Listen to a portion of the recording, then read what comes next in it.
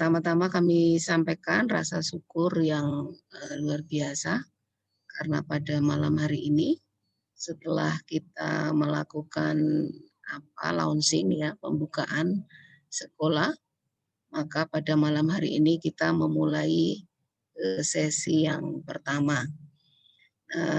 Alhamdulillah juga bahwa beberapa lembaga di UII ini bersama gitu ya mengadakan acara sekolah ini dari DPPAI ini untuk pembinaan agama Islam, kemudian dari Fakultas Hukum, Fakultas Agama Islam dan juga Fakultas Psikologi. Nah, untuk yang pembukaan ya sudah kita lakukan, nanti beberapa datanya mungkin perlu saya sampaikan ulang. Yang pertama saya coba untuk share screen ya.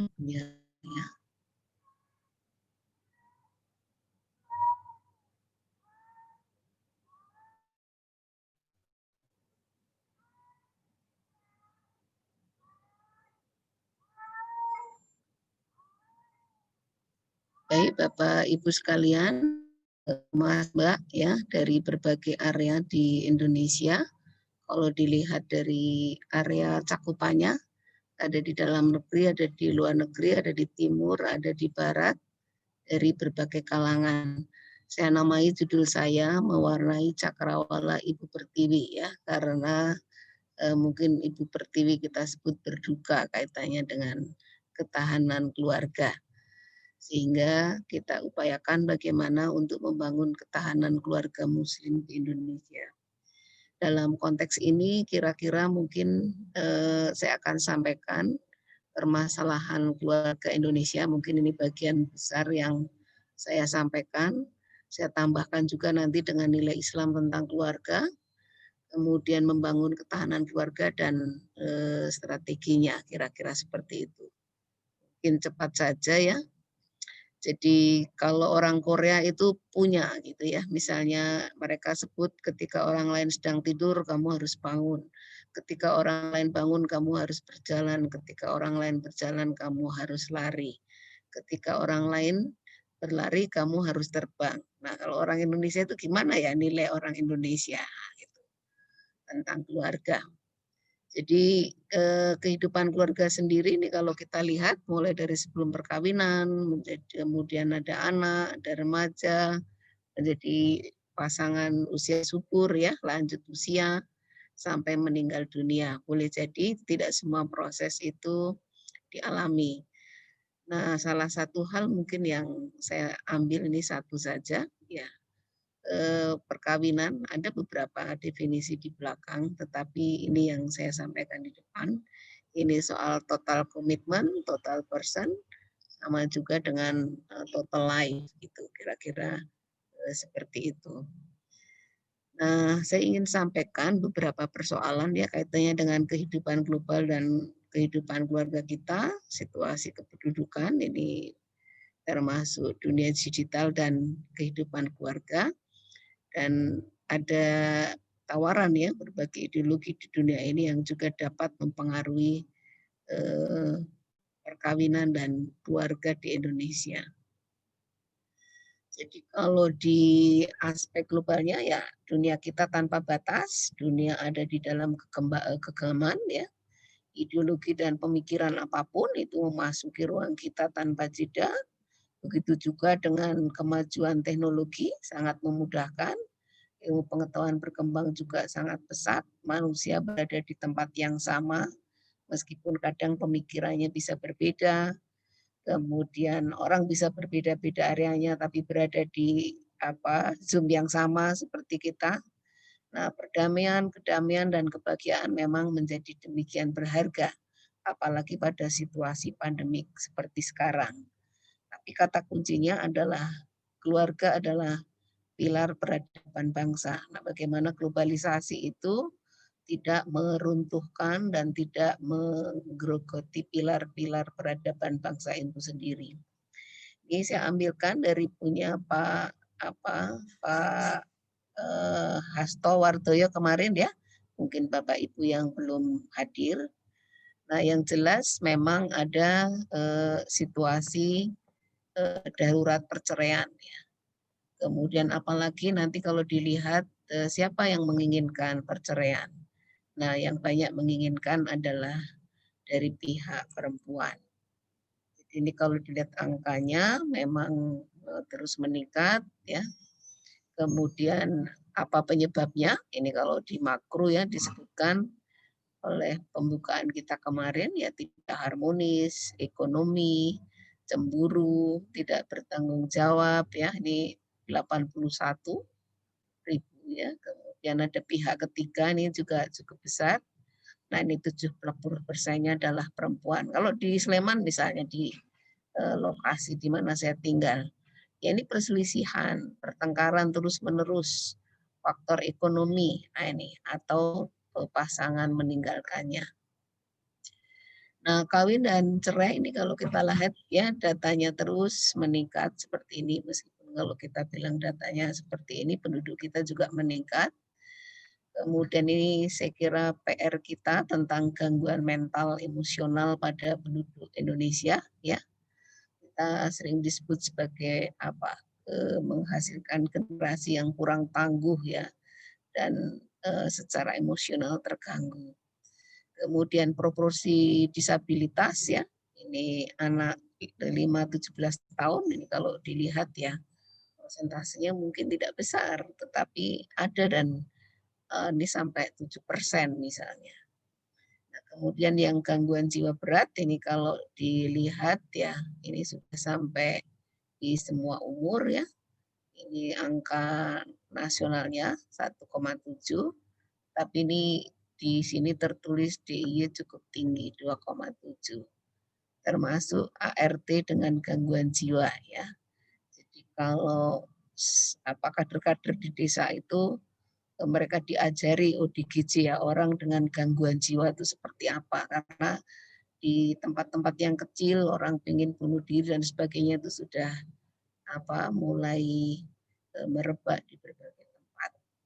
Kemudian ini yang dikeluhkan sebagai tantangan masa depan kaitannya tidak hanya kepemimpinan tapi khususnya di tingkat keluarga bahwa yang mental disorder ini 9,8, stuntingnya ini yang cukup besar, difabel, juga nafsa. Ini disampaikan Pak Hasto ya kemarin dan ini kalau mendekati separuhnya gitu ya, kira-kira kualitasnya seperti itu, bagaimana memperbaikinya di masa yang akan datang.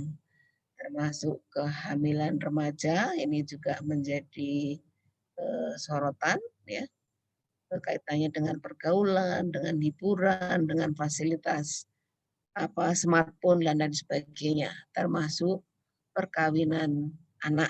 Nah, ini dengan angka kelahiran ya ini juga sudah disampaikan, tetapi kata kuncinya bagaimana keluarga itu bisa melindungi diri ya anak-anaknya dari perkawinan di usia anak. Kemudian kalau kita bicara dunia digital dan kehidupan keluarga, saya kira ini juga menjadi PR besar ya bagi kita semuanya. Dulu komunikasi mungkin banyak yang real gitu ya. Sekarang apalagi dengan pandemik ya kita tidak kemana-mana. Nah ini dunia virtual di dalam keluarga akan menduduki peran atau ruang dan waktu dan jam yang juga menjadi makin besar. Interaksinya juga menjadi semacam keluarga virtual. Yang jauh terasa dekat, yang dekat terasa jauh. Nah, juga native family, keluarga yang terhubung dan dekat dengan saluran internet gitu ya. Jadi misalnya bukan hanya karena soal jarak, kadang dari kamar ke kamar itu juga sudah native family. Jadi katanya sekarang kebutuhan anak-anak remaja nomor 1 itu adalah power bank ya, baterai gitu ya. Kalau baterainya sudah mulai turun itu berarti sudah berat atau tidak ada koneksi. Ini menjadi kurang manusiawi, kurang empati dan mengurangi ketangguhan. Nah, sejauh mana sebetulnya native family ini menjadi persoalan bagi keluarga kita, saya kira kita sudah turut merasakan.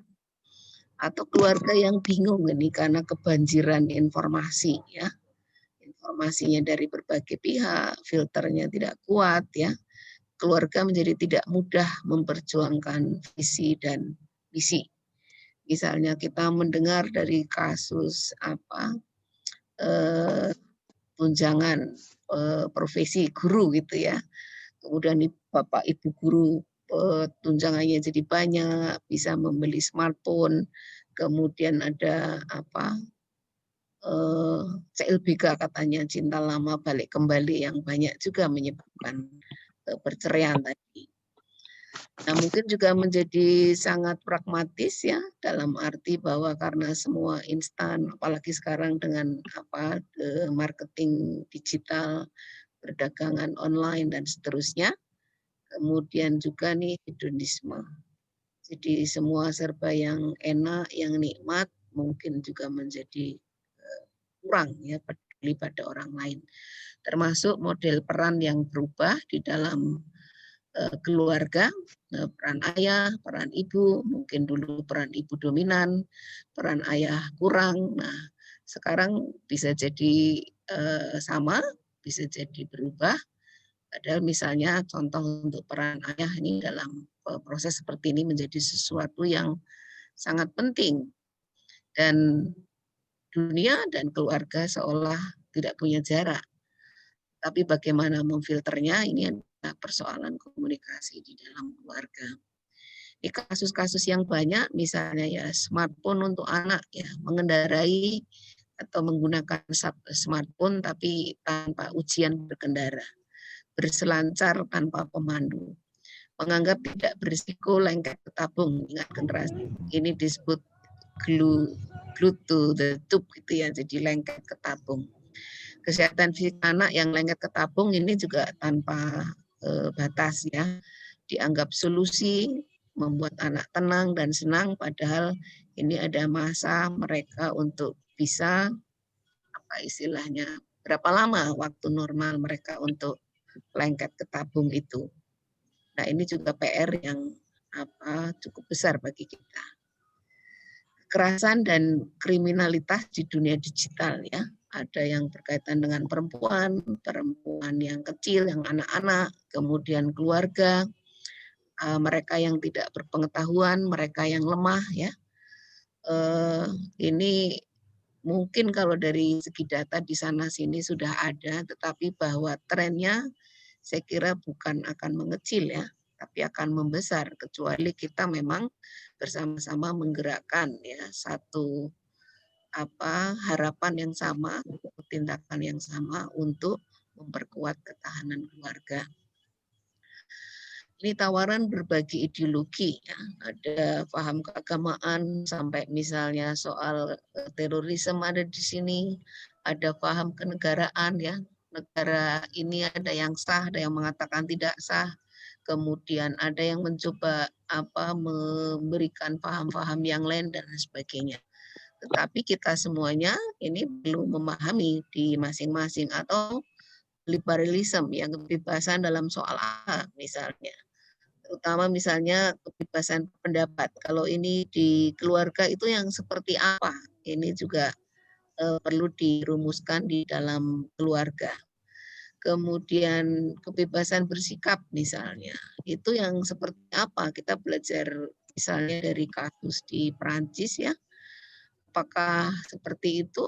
Kemudian ini relasi laki-laki dan perempuan itu sebetulnya yang seperti apa? Nah, ini juga ditawarkan dari yang misalnya perempuan perlu memperbaiki keadaannya dengan mengganti posisi menjadi lebih kuat.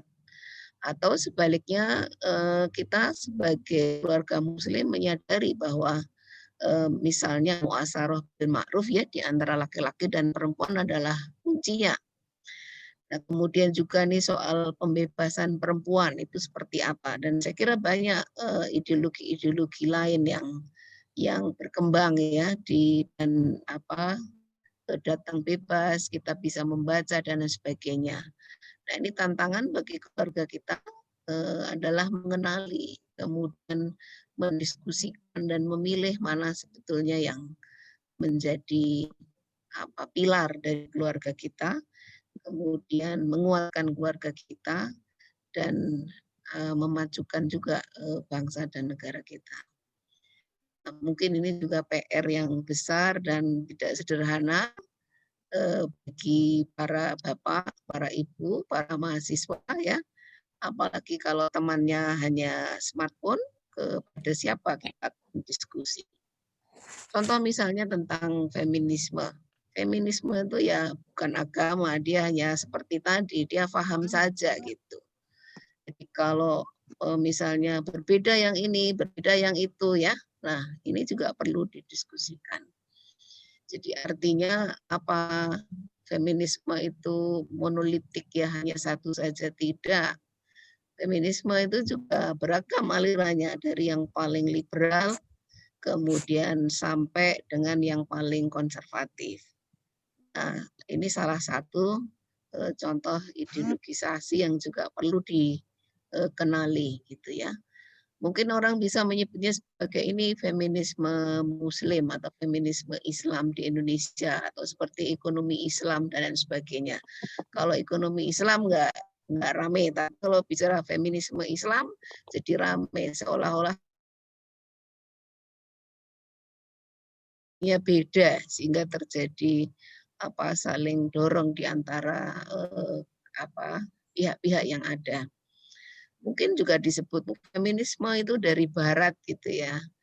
Nah, sebetulnya di dalam keluarga kita yang berasal dari barat itu juga banyak, nggak hanya paham feminisme, banyak ilmu juga masih saat ini berasal dari barat, banyak kebudayaan ya, kebudayaan bersekolah dengan meja kursi misalnya ya.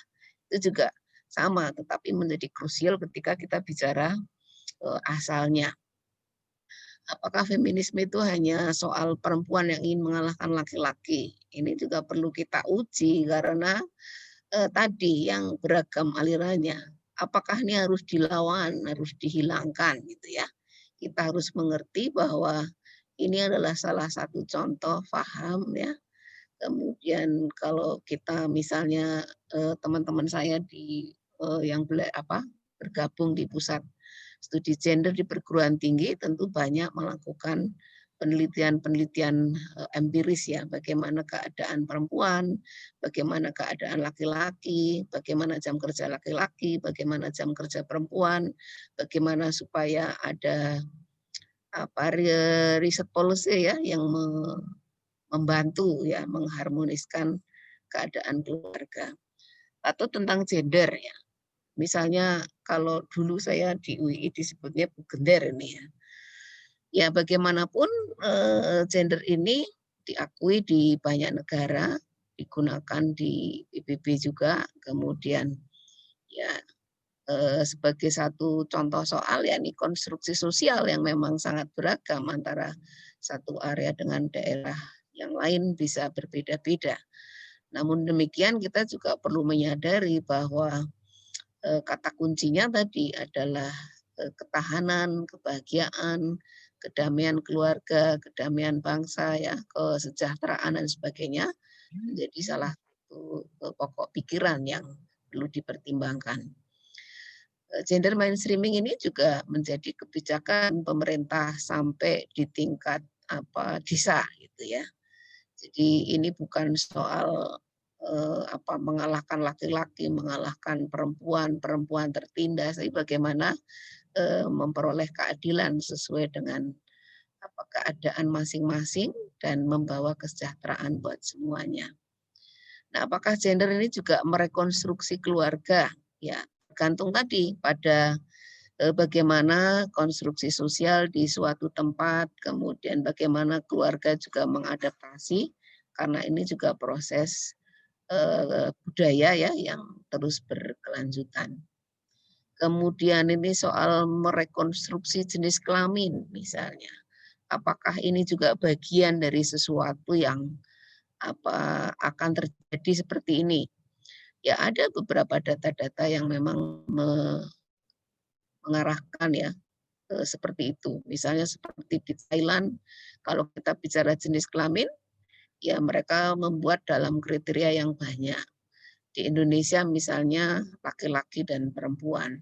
Tapi ada negara yang sudah misalnya dengan other atau lainnya gitu ya. Kalau di Iran misalnya nggak boleh, jenis kelamin itu hanya dua.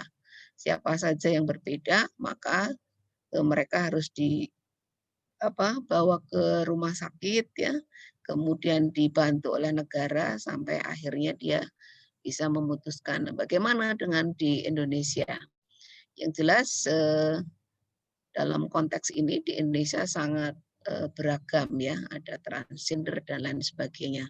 Bagaimana keluarga kita membangun ketahanan sehingga apa yang menjadi relasi laki-laki dan perempuan tidak kemudian serta-merta merekonstruksi jenis kelamin itu sendiri dalam soal budayanya tadi.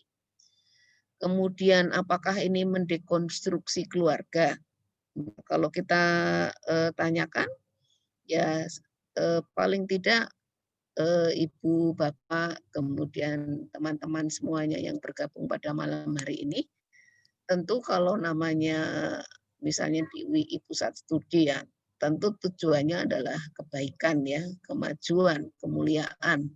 Dan kalau versi UI ya, yang rahmatan lil alamin, gitu.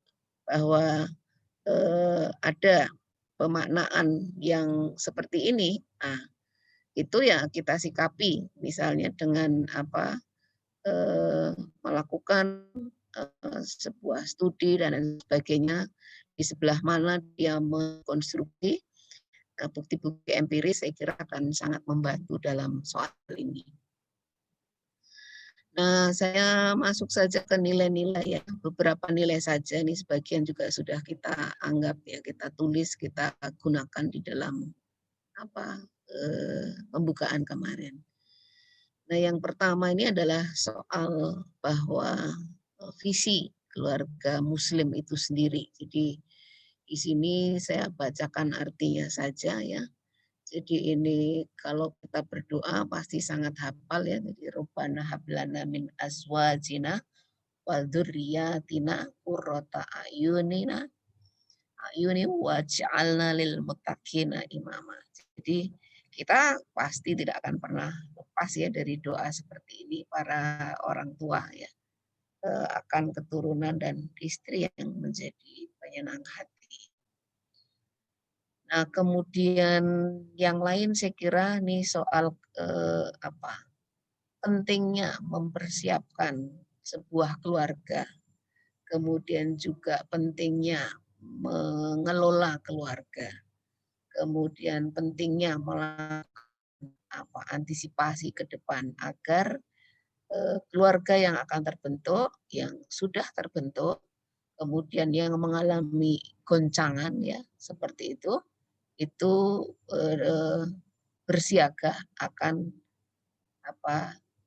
peninggalan keturunan yang lemah ya, yang dikhawatirkan nasibnya kelak gitu ya, baik secara fisik, psikis, mental, kemudian dan lain sebagainya dalam berbagai aspeknya.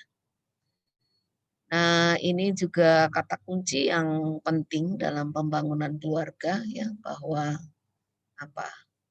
kemampuan keluarga dan para anggotanya ini untuk memelihara dari panasnya api neraka. Kemudian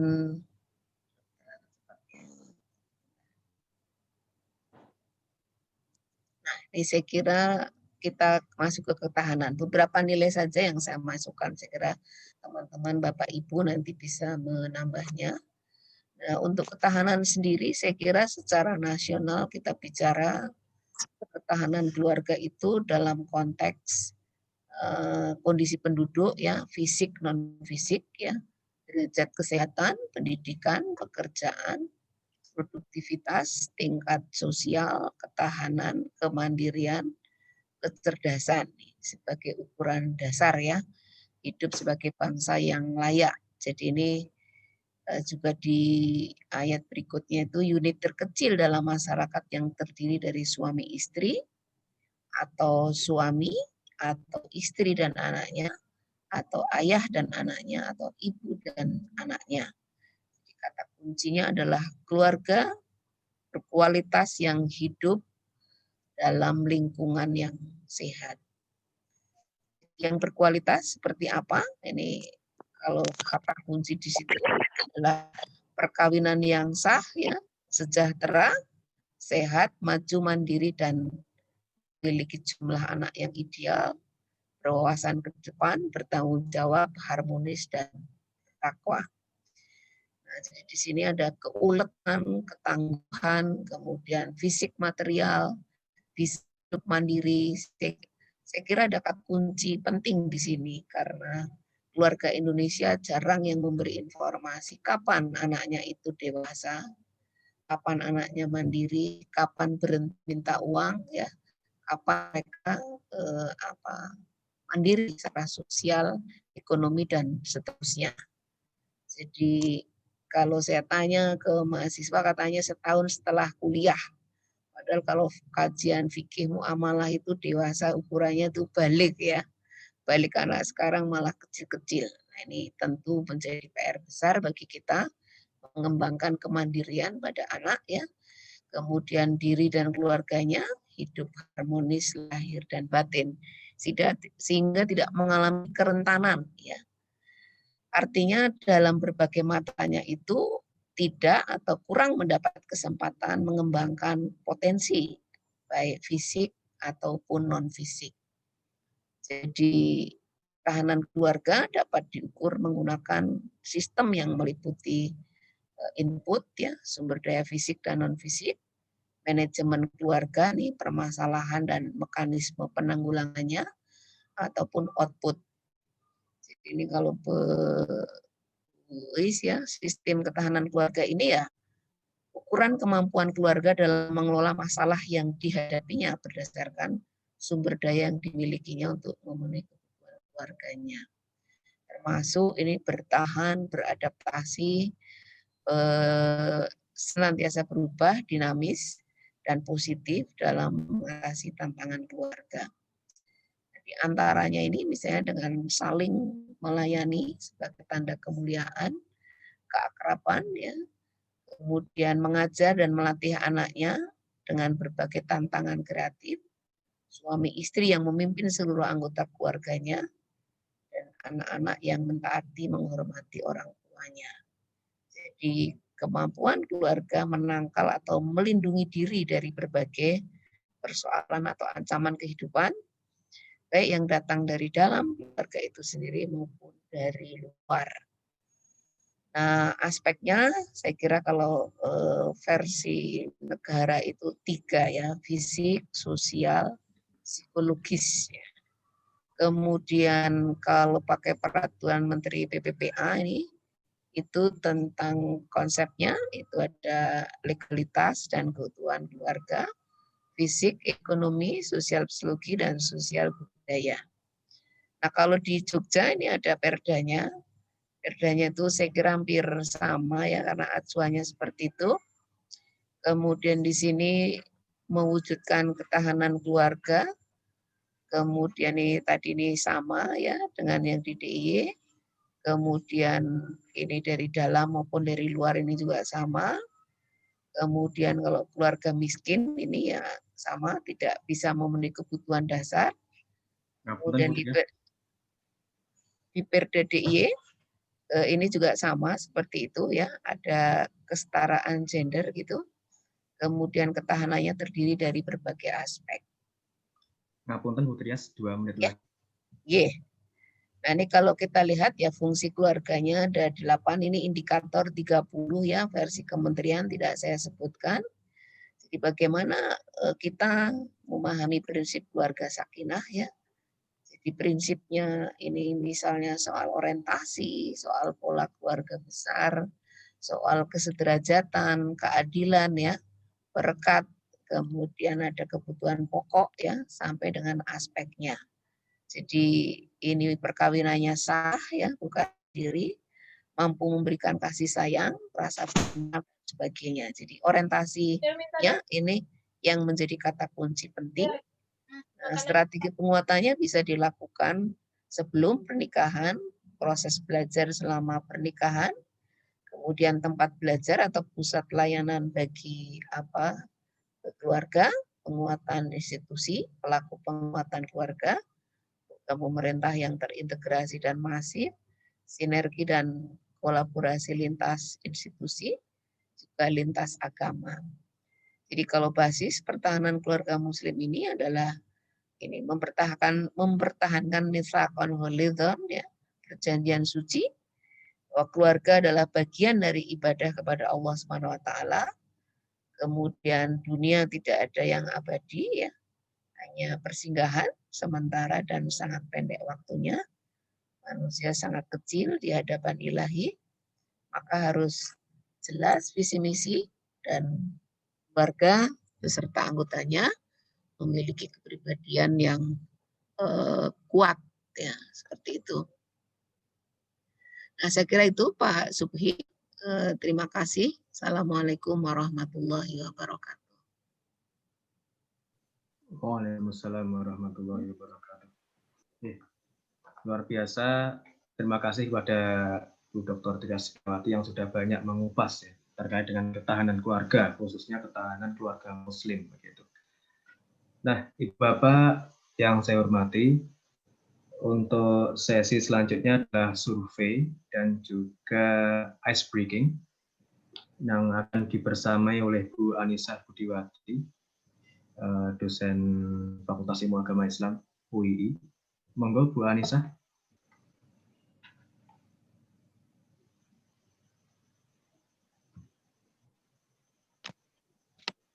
Tes. Bu Anissa. Baik, ya. Sudah masuk ya suara saya, Pak? Ya. Masuk. Oke, Bapak Ibu sekalian atau Ibu Bapak sekalian, tadi sesi 1 sudah kita lewati, ya, dengan mendengarkan penjelasan dan juga pemaparan dari Ibu Dr. Trias Setiawati. Nah, pada kesempatan selanjutnya, sesi pada kali ini adalah ice breaking. Ice breaking ini nanti dalam bentuk kuisis. Bapak, Ibu dan Bapak sekalian diminta untuk mengikuti kuis. Kuis ini kira-kira berhadiah apa tidak, Pak Subhi ini? Wah, walaupun ada hadiah dari Bu Anissa kayaknya. Oke. Dari Ibu Trias, Bu ada hadiah apa enggak pemenangnya ini? Nanti diurutkan 1, 2, 3. Boleh. Deh. Baik, ini sudah ada penjaminnya, ya. Baik, Ibu dan Bapak sekalian, sesi kali ini adalah kuisis. Ada link yang bisa Bapak Ibu buka di kolom Zoom. Sebentar saya kopikan linknya. Jadi Bapak dan Ibu sekalian mungkin bisa keluar dulu dari Zoom, kemudian mengikuti atau masuk ke link ini, nanti mengisi nama,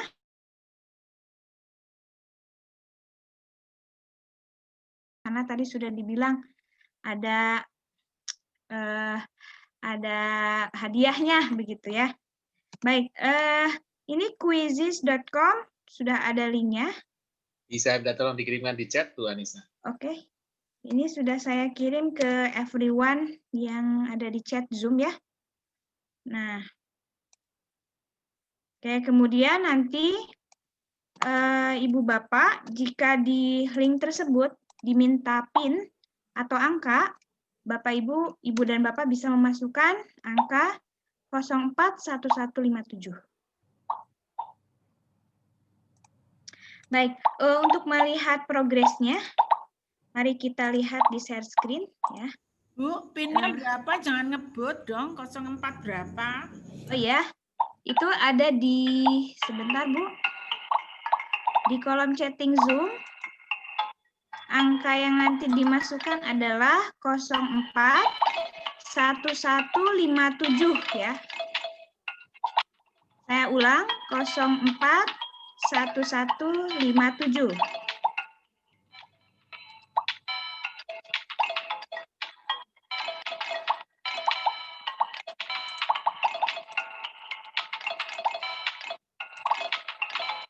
sini sudah ada yang bergabung.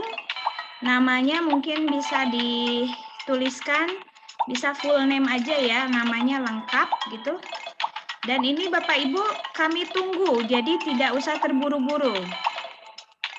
Hanya ada 5 pertanyaan.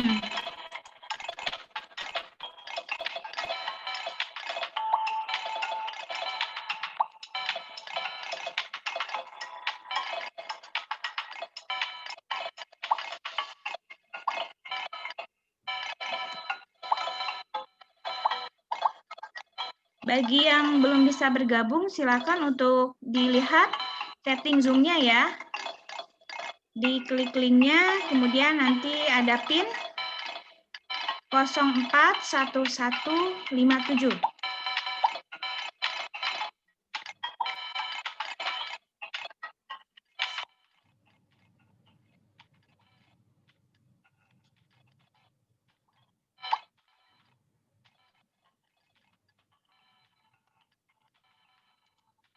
Baru ada 93 pemain, peserta ada 160.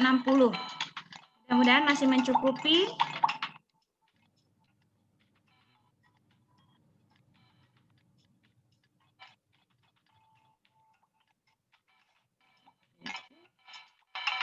Sudah ada 100 pemain.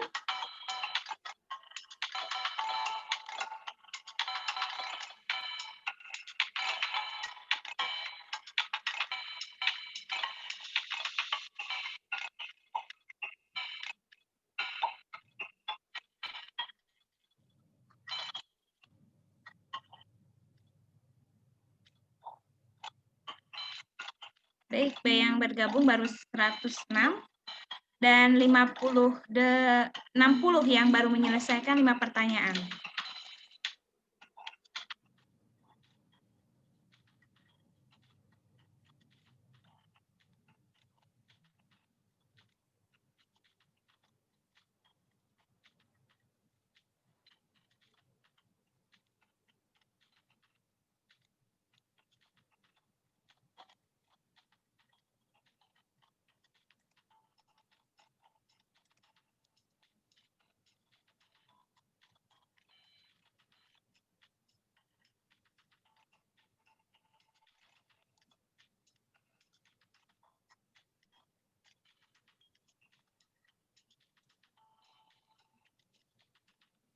Oke, masih berlangsung. Ini kejar-kejaran ya. Kita lihat ranking pertama, kedua, dan ketiganya. Tapi masih ada 84 yang menyelesaikan dari 116. Jadi kita masih tunggu ya. Ini masih ada waktu. Silakan bisa dijawab semampunya, pengetahuannya. Dibuat lebih santai dan fun saja ya.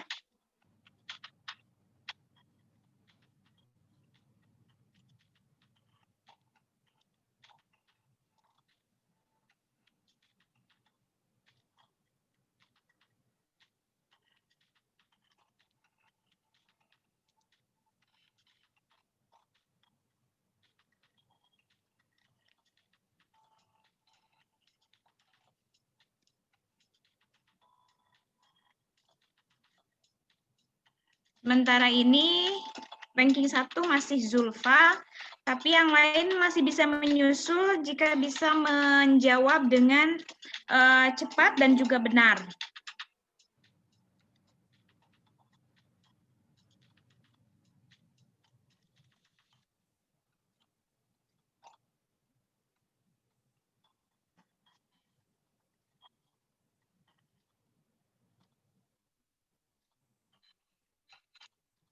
Oke, Zulfa tersusul dengan Fajriati. Yang lain masih ada kesempatan untuk menyusul, karena belum 5 pertanyaan terjawab semua, jadi masih ada kesempatan ya.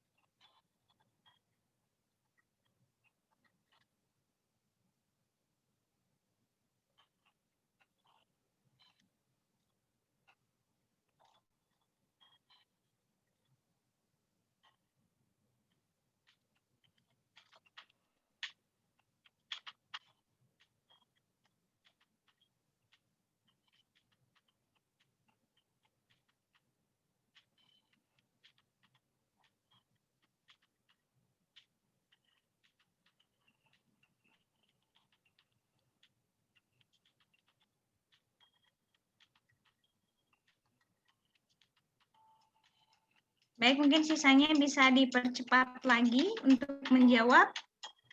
Biar lebih cepat kita mengetahui siapa yang bisa memenangkan menjawab kuis ini. Urutan 1, 2, 3.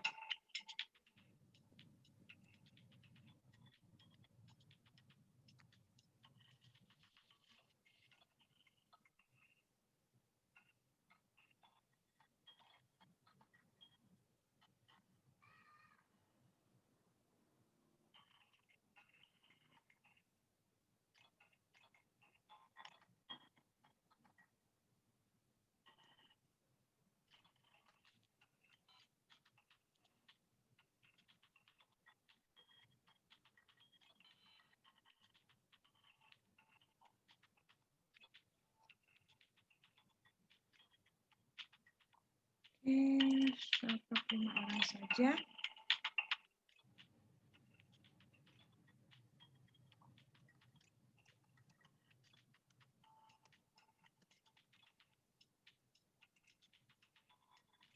Oke. Dua, tiga, enam.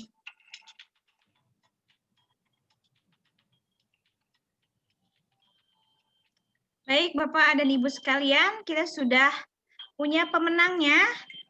Ya, yang pertama atas nama masyarakat, yang kedua manajemen UII, dan yang ketiga Rizka. Yang lain menyusul di urutan yang selanjutnya.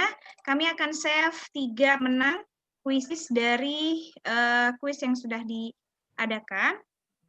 Sesi untuk kuisis ini bisa diakhiri dan nanti kita akan umumkan mungkin di akhir oleh moderator untuk bisa mengkonfirmasi ya yang nama pemenang pertama, kedua, dan ketiga. Baik, saya stop share-nya. Saya kembalikan kepada moderator, Pak Subhi. Layar dan tempat saya kembalikan. Terima kasih. Assalamualaikum warahmatullahi wabarakatuh.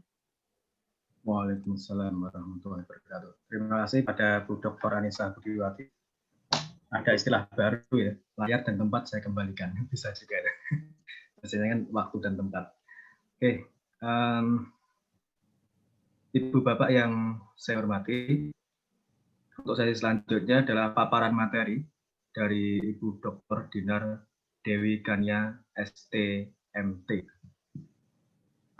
yang akan banyak mengupas tentang globalisasi dan sekularisasi nilai-nilai keluarga, urgensi islamisasi ilmu. Silakan Ibu Dr. Dinar, kami persilahkan. Baik, Assalamualaikum warahmatullahi wabarakatuh. Saya share PPT dulu ya, sebentar.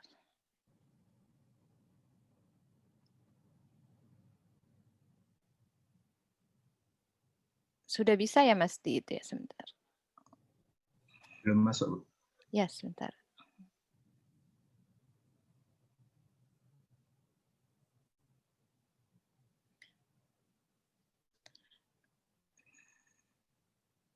Bismillahirrahmanirrahim. Innal hamdalillah nahmaduhu wa nasta'inuhu wa nastaghfiruh wa na'udzubillahi min sururin anfusina wa min sayyiati a'malina. May yahdihillahu fala mudhillalah wa may yudlil fala hadiyallah. Asyhadu an la ilaha illallah wahdahu la syarikalah wa asyhadu anna Muhammadan abduhu wa rasuluh. Ibu Bapak semua, sahabat-sahabat saya di Universitas Islam Indonesia, ya Bu Trias, lalu ada Bu Emi, dan teman-teman yang mendaftar menjadi peserta sekolah keluarga UII ya angkatan pertama. Insya Allah saya akan menyambung tadi yang dibahas oleh Bu Trias gitu ya terkait tantangan dari ketahanan keluarga dengan mengambil tema globalisasi dan sekularisasi nilai-nilai keluarga. Sebenarnya ini ada merupakan rangkuman dari paper yang sudah saya bagikan. Dan kebetulan itu diterbitkan dalam buku antologi ya oleh dosen-dosen hubungan internasional UII gitu ya. Jadi ada bukunya di UII itu, tulisan saya dari situ ya. Jadi sedikit banyak sudah dibahas tadi terkait globalisasi. Cuma mungkin saya akan lebih menekankan ini terkait tren gitu ya, World Family Map yang ini memang sudah lama 2014, tapi saya sempat mencari yang terbaru, belum juga melihat gitu ya, ada laporannya yang terbaru. Jadi kita lihat di sini secara global memang terjadi penurunan angka pernikahan, dan di sini Bu Tria sudah mengatakan gitu ya, termasuk trennya juga ada di Indonesia. Namun di sini kita tidak bisa kalau dari fakta-fakta ini kita lihat bahwa orang yang mau melakukan pernikahan itu masih berada di wilayah Asia ya, dan juga Timur Tengah. Sedangkan di wilayah lainnya di sini seperti Eropa gitu ya, lalu Amerika Utara itu kecenderungannya memang untuk tidak menikah. Lalu kumpul kebo ya atau hidup bersama tanpa pernikahan itu lebih umum terjadi di antara pasangan Eropa, Amerika Utara, Oseania, dan di Amerika Tengah Selatan. Jadi petanya pernikahan ya, meskipun tadi di Indonesia itu sudah ada kecenderungan tren penurunan gitu ya, orang untuk melakukan pernikahan, tetapi tetap saja Indonesia dan negara-negara Asia, Timur Tengah itu menjadi negara yang kecenderungan untuk menikahnya itu paling tinggi. Ini kira-kira masalah yang akan kita hadapi ya di tahun-tahun mendatang. Iya.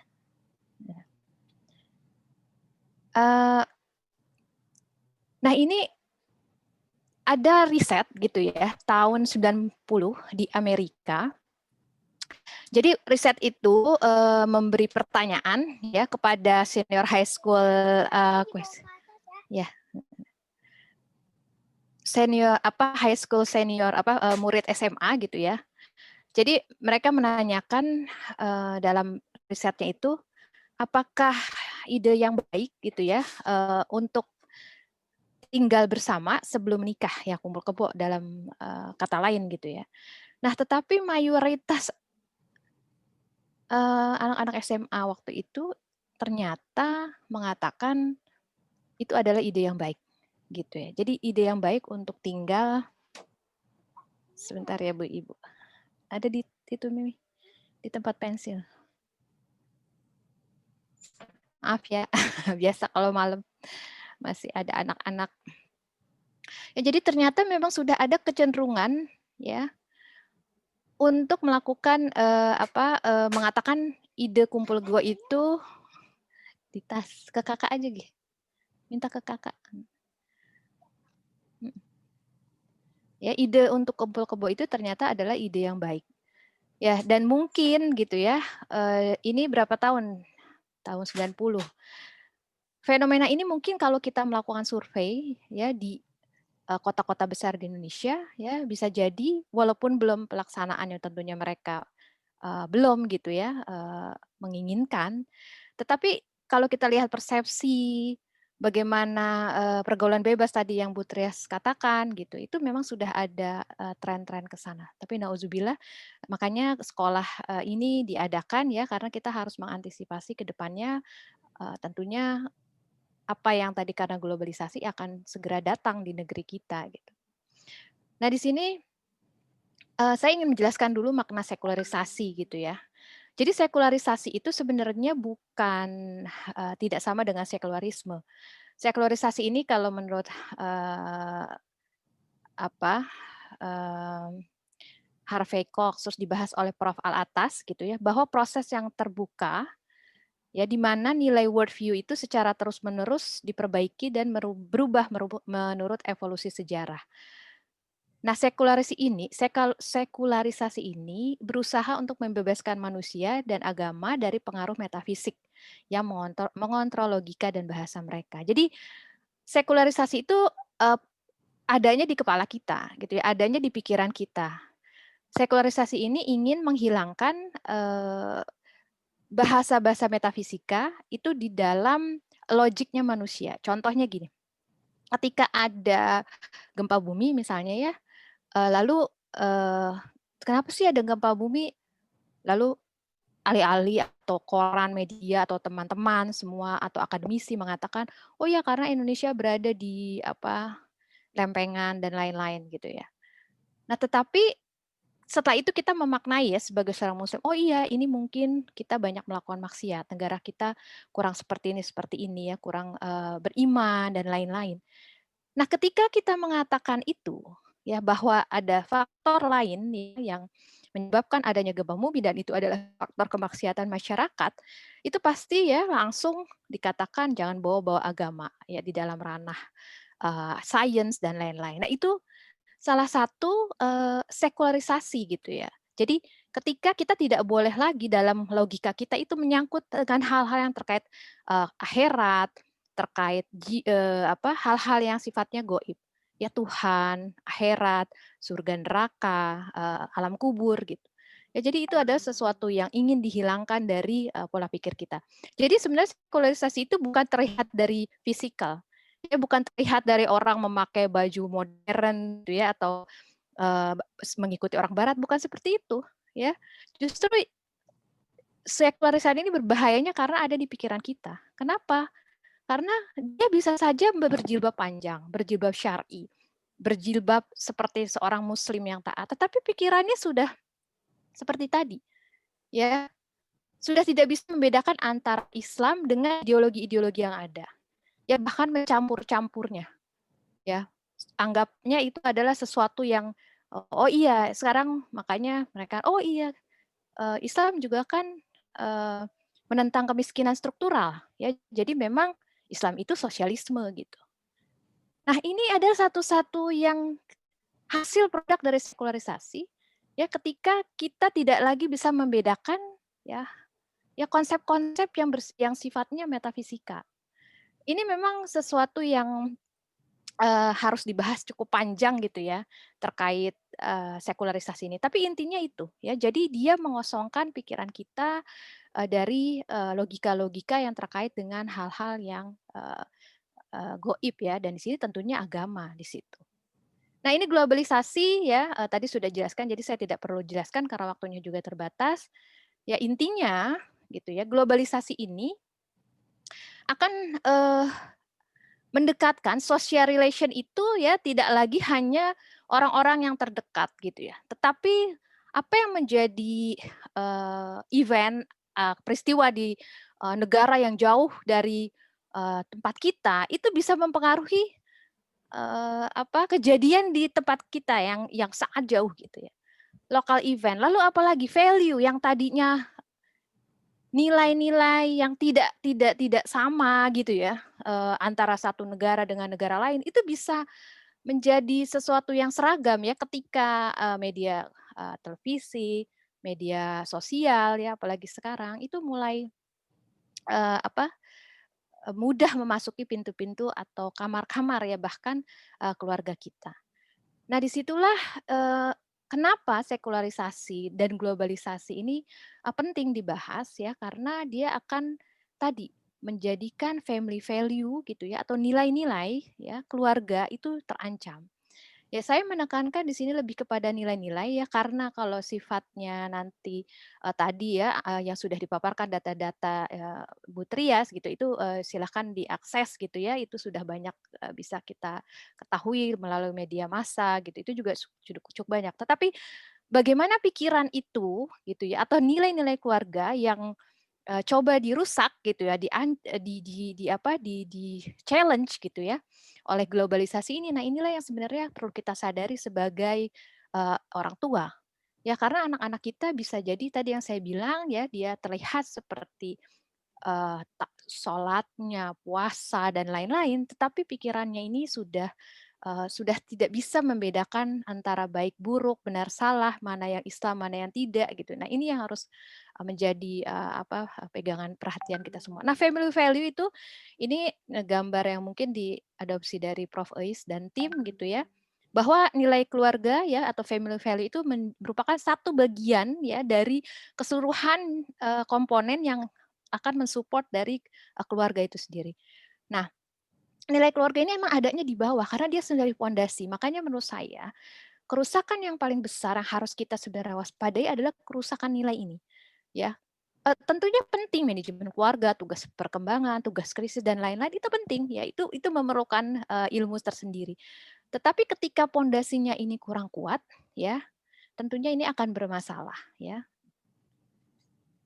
Nah, ketika kita berbicara nilai, karena di sini adalah Universitas Islam Indonesia ya, dan kita akan berbicara tentang walaupun bukan di UII ya, tentunya dimanapun kita berbicara, ketika kita menjadi seorang Muslim, kita akan berbicara mengenai kedudukan kita sebagai seorang Muslim. Wafa kelihatan.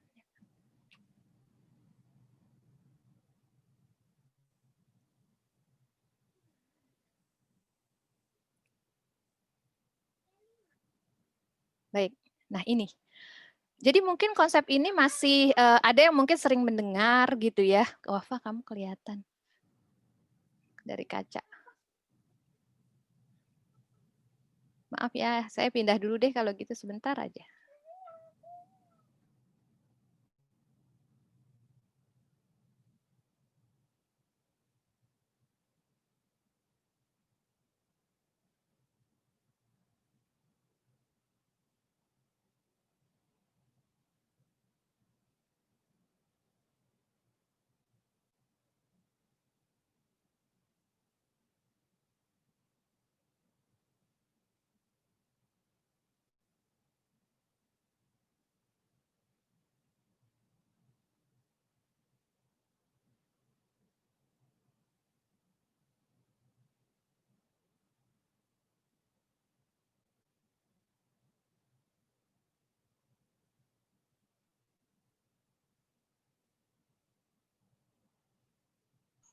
Suaranya masih di mute, Bu. Ya.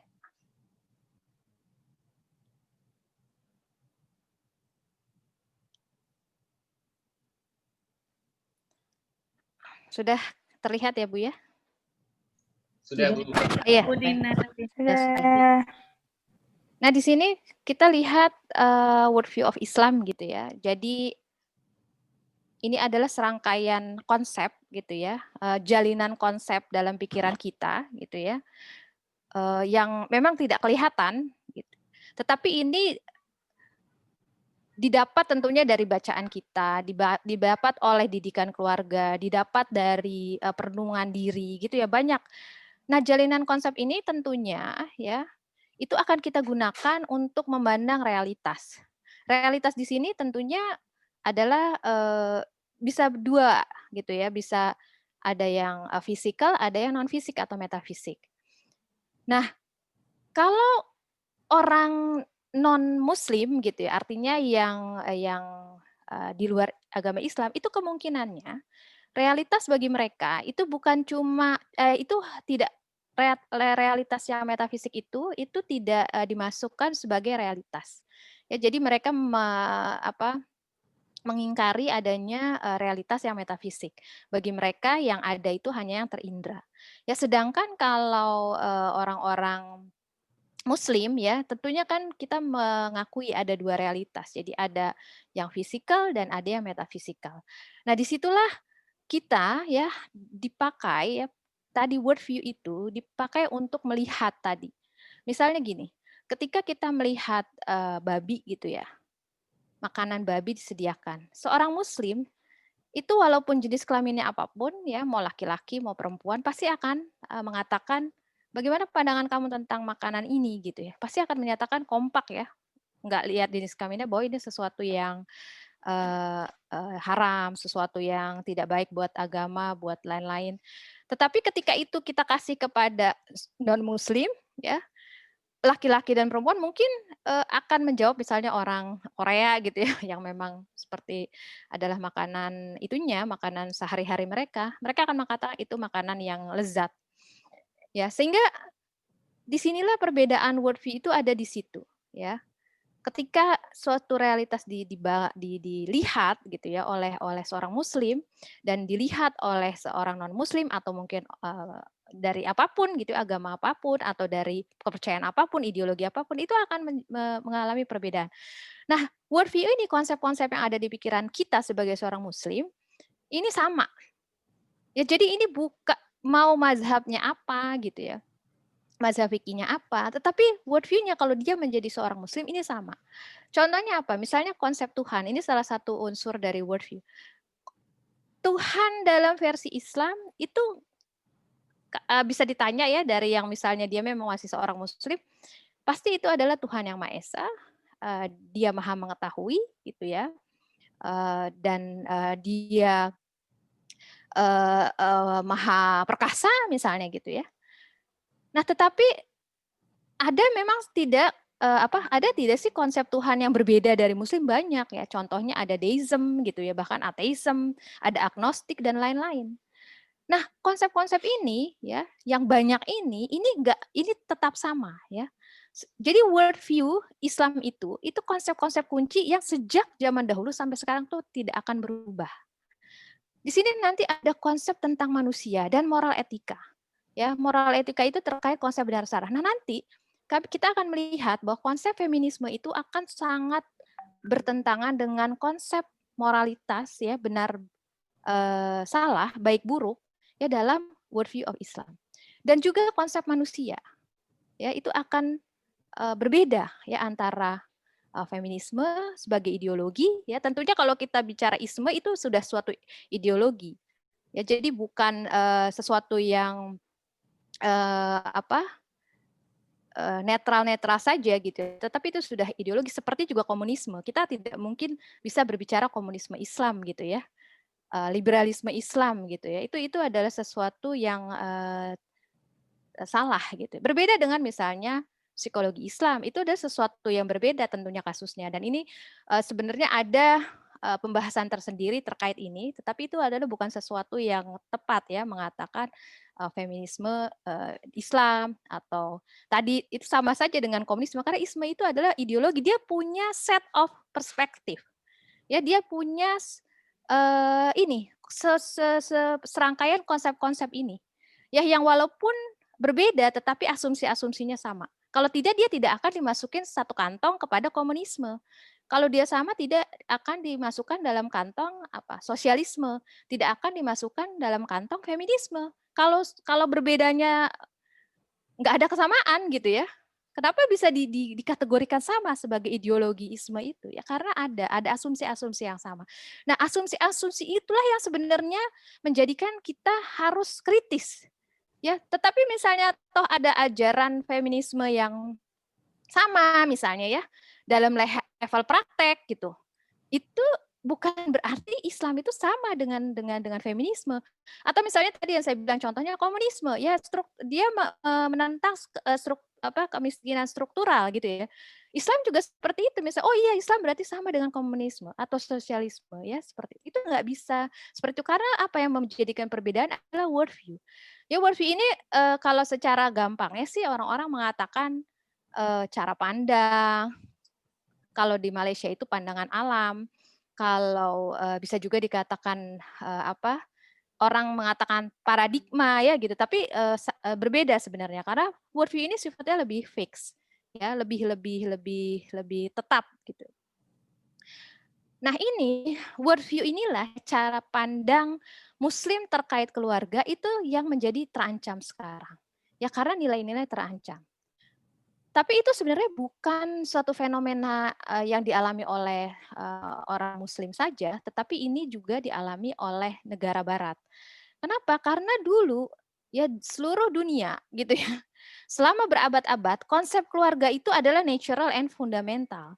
Jadi nggak ada konsep keluarga yang tidak natural dan fundamental. Natural itu apa ya? Berarti memang antara jenis kelamin perempuan dan laki-laki. Ya, fundamental dia adalah satu penyokong tadi ya peradaban yang harus dilindungi oleh negara. Ya, harus mendapat pengakuan dari negara, harus dilindungi oleh masyarakat, ya. Nah, itulah kenapa gitu ya. Kalau kita melihat ya di sini ada satu riset ya terkait konsep family di dalam bahasa Rusia dan Chinese gitu ya. Jadi ini studi linguistik. Ternyata dalam bahasa Cina gitu ya dan Rusia, kata-kata keluarga itu terkait erat dengan agama. Ya. Jadi di Cina itu tentunya dengan Konfusianisme, Sedangkan bahasa Rusia itu terkait dengan Kristen, ya, Ortodoks di sini. Ya, jadi memang sejak dulu maupun sampai sekarang di Barat itu keluarga itu ya memang asasnya spiritualitas. Nah, kenapa Barat bisa seperti itu? Padahal dulunya kurang lebihnya sama dengan kita, gitu ya. Nah, inilah sebenarnya yang harus kita waspadai. Jadi tidak bisa juga kita merasa nggak kita punya agama kok, nggak mungkin kita akan seperti Barat gitu ya. Orang ya tadi kalau kita tahu ya Pak Bos juga pernah cerita gitu ya, Pak Bagus. Ini juga bisa dibaca di buku-buku sejarah peradaban Eropa bahwa orang yang pindah ke Amerika itu adalah orang-orang yang sudah banyak orang-orang yang sangat taat Kristennya dan mereka menganggap orang-orang Eropa itu sudah kebablasan. Ya sehingga mereka banyak pindah juga migrasi salah satunya karena ingin menjaga nilai-nilai agama Kristen. Ya, dan sekarang kita lihat Amerika bahkan lebih liberal dari dalam beragama lebih liberal dibandingkan Inggris itu sendiri gitu ya. Nah, seperti itu. Jadi kalau kita tidak sadar bahwa yang diancam adalah pemikiran, worldview itu yang kita tinggal tunggu waktu. Nah, ini nggak perlu saya jelaskan ya. Di sini konsep keluarga dalam Universal Declaration of Human Rights juga menyatakan di artikel 16 section 3 menyatakan bahwa masyarakat keluarga itu unit masyarakat terkecil yang bersifat natural dan fundamental. Nah, tetapi tentunya ini digugat ya. Karangan Pro Family Barat ini mengatakan ya, tadi sudah jelaskan ya bahwa ini adalah natural di sini ditafsirkan adalah hanya laki-laki dan perempuan. Tetapi konsep keluarga alamiah ya karena yang bisa melakukan reproduksi hanya perempuan dan laki-laki gitu ya. Tetapi sekarang ada upaya-upaya menggugat dari penafsiran HAM ini gitu ya, Universal Declaration of Human Rights. Kenapa? Katanya yang menggugat siapa ya kelompok feminis dan pendukung LGBT ya mereka mengatakan bahwa tidak seperti itu ya sekarang tafsir HAM sudah berkembang ada asas baru yang diperkenalkan dalam penafsiran yaitu non discrimination gitu ya. Nah itulah yang dipakai pisau analisis ya untuk menafsirkan ya pasal-pasal dari DUHAM atau Universal Declaration of Human Rights itu sendiri. Ya, jadi mereka mencoba ya sejak bertahun-tahun yang lalu untuk menafsirkan ya HAM dengan cara mereka gitu ya. Nah di sini memang awal-awalnya itu ya ketika muncul kenapa ada keluarga yang tidak terkait dengan natural atau fundamental karena memang kalangan feminis ya di sini itu mengatakan bahwa keluarga itu hanya sebuah konstruk sosial gitu ya. Jadi pengelompokan keluarga itu tidak bersifat natural, tidak bersifat biologis, tetapi itu bersifat fleksibel, cair, dan kontingen. Nah inilah ketika keluarga itu fleksibel, cair, dan kontingen, ya tentunya nggak ada yang pasti konsep keluarga itu bisa juga berubah. Di sini oleh karena itu diperlukan tafsir ya baru HAM. Nah, mereka mengatakan tafsiran tersebut harus mengakomodasi keluarga seperti keluarga homoseksual, keluarga single parent, dan keluarga tanpa ikatan pernikahan. Nah, ini silahkan dibaca ya, ada di papernya ya, bagaimana upaya-upaya mereka. Ini saya hanya kutip dari dokumen-dokumen PBB ya, jadi nggak saya ngarang-ngarang gitu ya. Silahkan referensinya ada di artikel saya. Nah, di sini dampak sekularisasi ini juga saya ini kan di Jerman ya, bagaimana Jerman juga yang tadinya nilai-nilai pernikahan adalah berdasarkan pada agama Kristen, tetapi family law itu akhirnya berubah. Ya bahkan kalau kita dengar belum lama ini kan homoseksual sih sudah diakui di mana? Di Jerman gitu ya. Tetapi pernah dengar tidak waktu itu ya incest ya, minta juga disahkan ya. Dan argumennya sama kelompok homoseksual. Mereka mengatakan kan orang-orang pernikahan sejenis itu karena alasannya argumennya cinta. Bagaimana cinta itu bisa diatur? Kita tidak bisa mengatur perasaan kita. Ya kalau kita sukanya sama sejenis ya love wins gitu ya. Nah, itu yang dijadikan argumentasi oleh incest, pedofil dan lain-lain. Dan ini juga yang menjadi ya usaha mereka kelompok incest dan lain-lain itu untuk minta legalisasi ya kepada PBB. Ya sehingga saya pernah dalam satu itu dengan salah satu teman gitu yang dia seorang yang mengadvokasi gitu ya terkait masalah ini dari Malaysia. Dia mengatakan PBB itu kadang senang kalau kita kasih argumentasi terkait agama. Karena dengan begitu dia punya alasan untuk menolak incest katanya gitu ya. Oh, masih ada agama-agama yang menolak hubungan incest.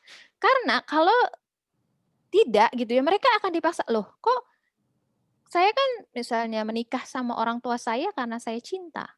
Cinta tidak bisa diatur dan itu konsen ya.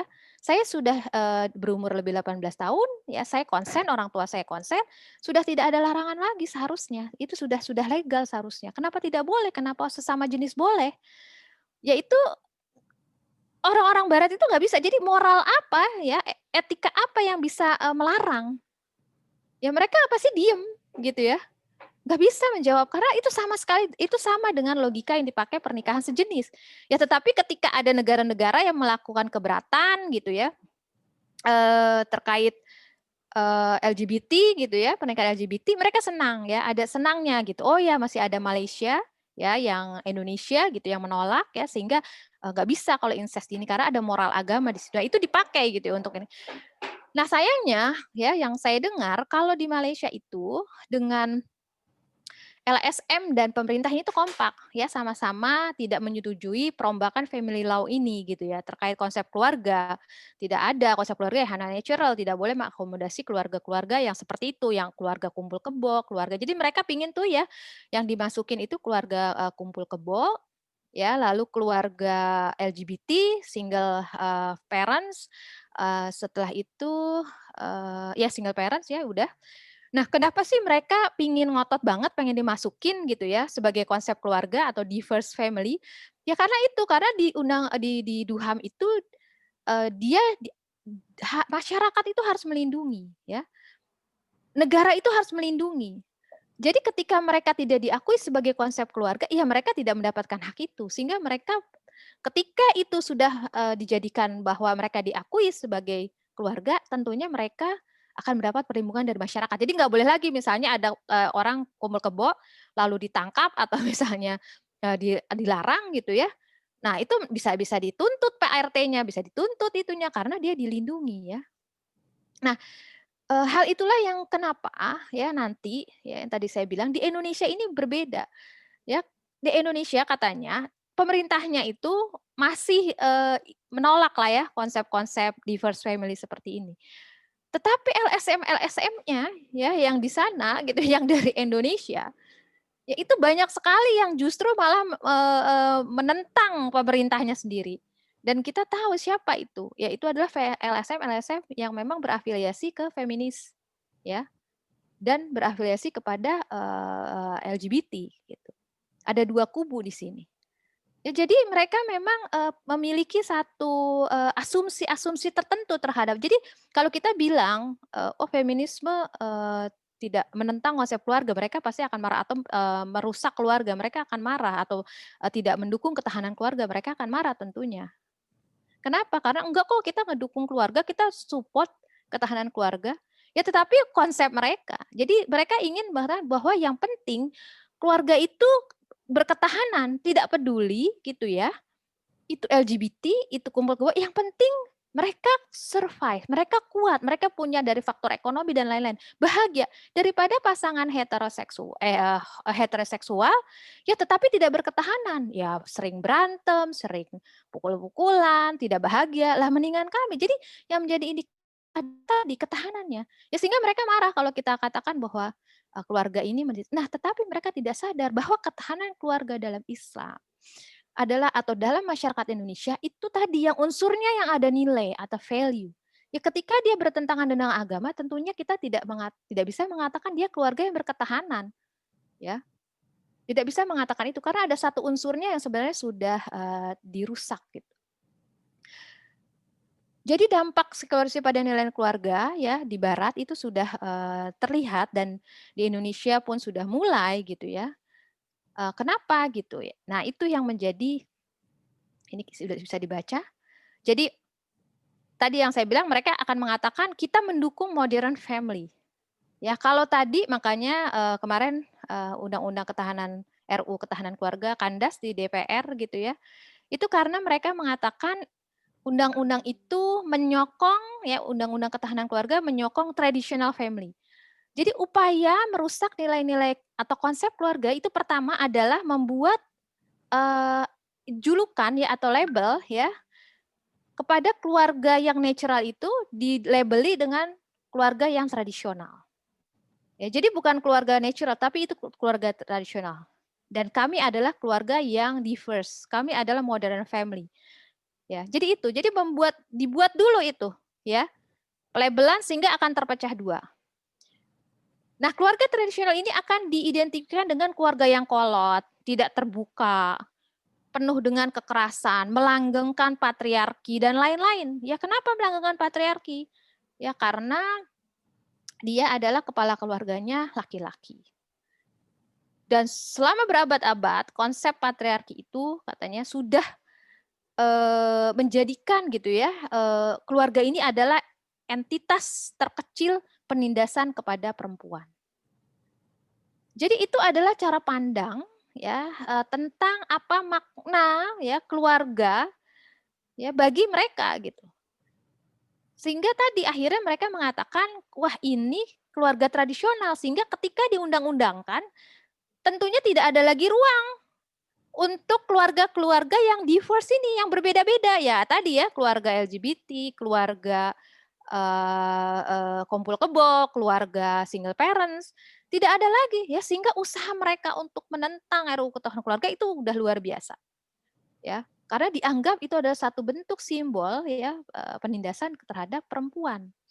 Pertama itu adalah upaya pertama mendekonstruksi makna keluarga dalam Islam, dalam masyarakat Indonesia ya bukan hanya Islam sebenarnya, masyarakat dunia itu mulai dari situ. Ya diperkenalkan satu konsep. Ya memang seperti itu ya. Jadi perusakan worldview itu pertama dengan mengenalkan satu konsep. Ya atau memaknai konsep yang sudah ada dengan makna-makna yang berbeda. Nah, itulah akhirnya akan menjadi pandangan hidup. Nah, ini ya tadi penyebabnya apa sih? Kenapa tadi banyak ini? Di sini ada saya mengatakan bahwa feminis ini memang family phobia. Kalau tidak percaya silakan baca buku-buku ya yang mengatakan ini. Bahkan di Indonesia sendiri ya memang pasti banyak yang saya bilang feminis separo gitu ya atau half blood feminis ya.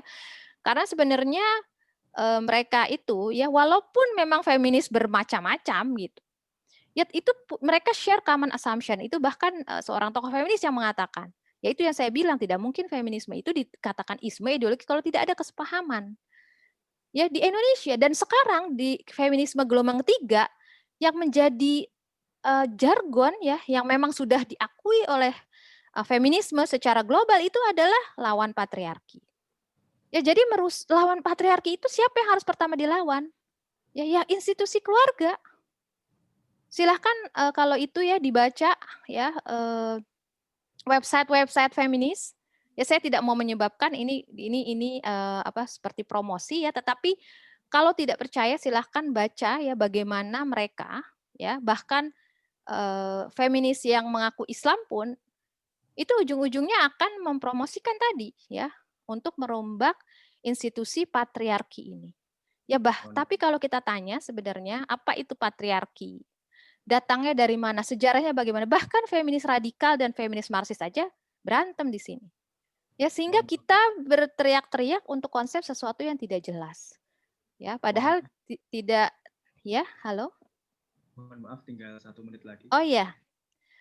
Baik, ini karena materinya ada banyak ya, makanya saya sadar waktunya terbatas. Silahkan baca papernya ya, biar lebih jelas. Di sini terakhir aja. Nah di sini ya terakhir saya ingin mengatakan kenapa feminisme itu memiliki share common assumption. Nah di sini ya walaupun feminis diverse, but share common assumption. Ini dikatakan oleh Steffi Jackson dalam pengantar teori-teori feminis kontemporer ya. Jadi memang ada gitu yang share common assumption. Apa itu? Nah ini di sini. Kita mengatakan cara feminis memandang dunia atau worldview tanda kutip atau paradigma atau perspektif ya. Feminism ya atau ideologi ya boleh dikatakan itu. Ketika kita sudah punya konsep-konsep, ya Islam kan sudah yang tadi saya bilang ada worldview of Islam. Kita punya konsep Tuhan, konsep agama, konsep keluarga bagaimana, nilai keluarga seperti apa. Nah itu bukannya feminisme yang kita timbang, ajaran feminisme kita timbang dengan Islam, tetapi kebalik. Ya, jadi ini yang dilakukan feminis Islam itu adalah membalik ajaran Islam ya konsep kalau inilah konsep-konsep Islam yang sudah baku yang udah qat'i gitu ya itu lalu ditimbang dengan kacamata feminisme. Apa aja kacamata feminisme ya ini ya asumsi-asumsi ini patriarchy culture, gender, social construct, konsep operation, stereotyping dan lain-lain. Jadi nanti misalnya ada ayat-ayat misoginis ya. Nanti akan dilihat di sini. Oh, karena ini penafsirnya laki-laki, berarti harus dicurigai, ya. Ada kepentingan bias laki-laki. Ini sebenarnya panjang ya. Saya ingin menjelaskan, tapi ya karena keterbatas waktu ya terkait feminis Islam gitu ya, dan bagaimana sebenarnya itu akan ada upaya pengrusakan paradigma worldview Islam itu justru datangnya dari pencampur adukan dari worldview itu sendiri. Nah. Seharusnya gitu ya kalau kita misalnya mau melakukan Islamisasi ekonomi Islam gitu ya. Itu justru kan ekonomi modern kita nilai ya dengan kacamata Islam ya dengan worldview Islam itu. Ya itulah yang namanya Islamisasi. Tapi kalau feminis Muslim ya silahkan baca, mereka mengacunya kepada tokoh-tokohnya itu ya ada Fatimah Mernissi. Jadi silahkan baca ya kalau tidak percaya gitu ya di kami di The Center for Gender Study itu sudah melakukan kajian terkait feminis Muslim itu merefernya ke mereka ya Fatimah Mernissi dan lain-lain. Ya memang seperti itu. Jadi kebalik. Jadi ajaran-ajaran atau konsep-konsep yang sudah fix di dalam Islam, misalnya LGBT, lalu tadi ya konsep qawamah dan lain-lain, itu dipandang dengan analisis feminis ya, dengan worldview atau paradigma feminis. Jadi dilihat adakah di sini patriarki, adakah di sini di mana gitu ya bias kepentingan laki-laki, unsur politik apa dan lain-lain ya, yang tentunya itu akan mendekonstruksi konsep keluarga yang tadi yang kita bilang yang sebenarnya adalah fundamental, yang sebenarnya adalah natural. Ya, apalagi kalau kita bawa ke keluarga Islam, wah itu kerusakannya itu akan lebih dahsyat lagi. Kita pandang saja dengan konsep keluarga yang tadi ya di Duham gitu, itu saja sudah terlihat gitu ya upaya-upaya penafsiran yang dilakukan untuk mengakomodasi konsep diverse family. Ya insya Allah nanti akan ada pertemuan berikutnya akan ada lebih lanjut oleh teman-teman lainnya ya. Terima kasih. Wassalamualaikum warahmatullahi wabarakatuh. Waalaikumsalam warahmatullahi wabarakatuh. Terima kasih pada Ibu Dr. Dina Rekania yang luar biasa juga materi pada kesempatan malam hari ini yang menyoroti tentang tantangan keluarga Muslim terhadap tantangan sekularisme terhadap keluarga Muslim di Indonesia khususnya. Oke, Ibu Bapak dan para peserta atau para siswa atau murid sekolah sesi 1 yang kami hormati. Sesi selanjutnya adalah pertanyaan dan diskusi. Mungkin bisa ini keluar.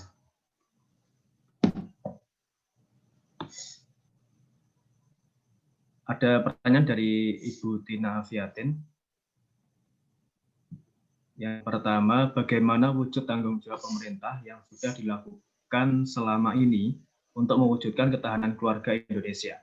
Apa yang bisa dilakukan sekolah UI untuk ikut mendorong tanggung jawab pemerintah dalam mewujudkan ketahanan keluarga Indonesia? Lalu pertanyaan yang kedua masih dari Bu Tina, bagaimana strategi untuk mewaspadai masuknya sekularisasi pada masyarakat Indonesia Bagaimana strategi keluarga Muslim Indonesia dapat menangkal sekularisasi?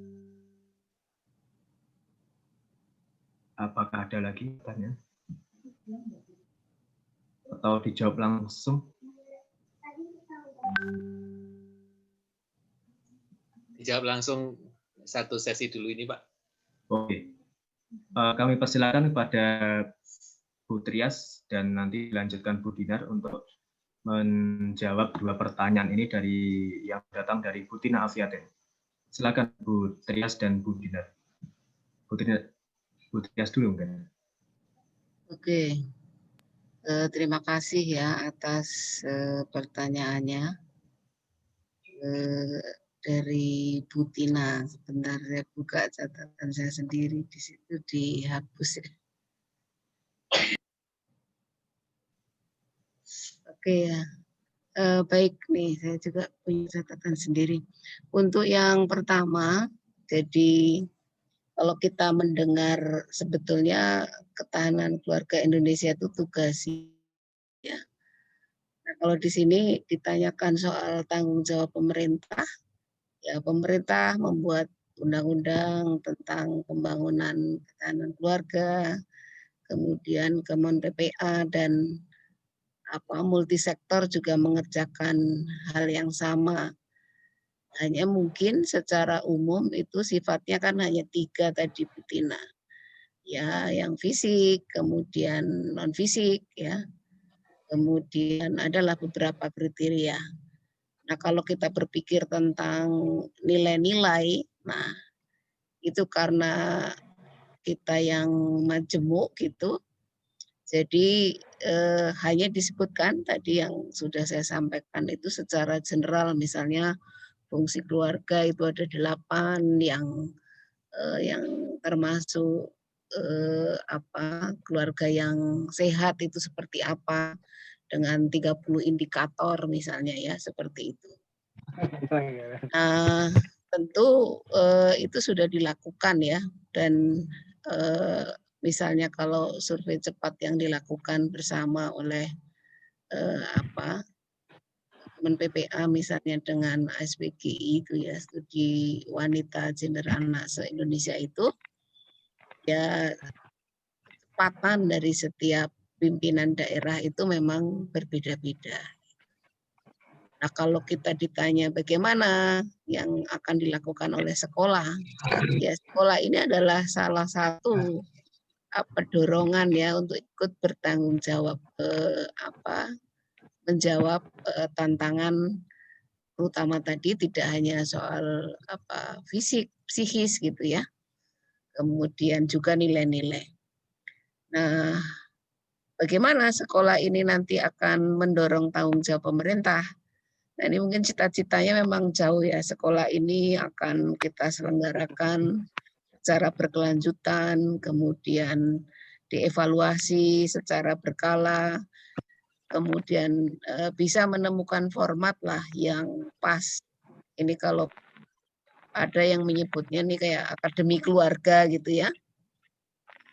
Nah, bagaimana ini juga bisa disampaikan model-model yang kita punya mungkin bisa diduplikasi di tempat lain, bisa dilakukan oleh organisasi kemasyarakatan, bisa dilakukan oleh perguruan tinggi yang lain ya sebagai bagian dari pengabdian kepada masyarakat. Jadi kalau kemarin kita memang tidak bertanya kepada Pak Hasto apa yang akan diberikan misalnya oleh komitmennya pemerintah kepada sekolah ini, tetapi kita yang akan menyampaikan bahwa sebagai wujud dari ketahanan keluarga yang ingin kita kuatkan, maka kita akan menyampaikan hasil dari sekolah ini kepada beliau dan kepada pihak-pihak yang terkait sambil mencari model-model dan mungkin nanti sampai suatu waktu ya,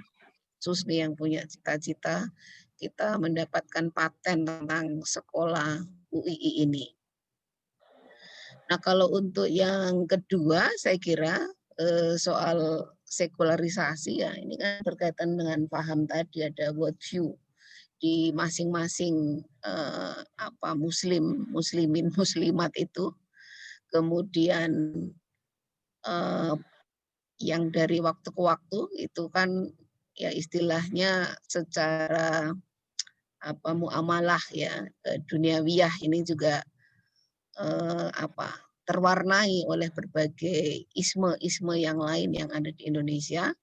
Tentu saja di dalam keluarga dialog-dialog ini ya perlu selalu dilakukan, karena mungkin secara tidak sadar kita juga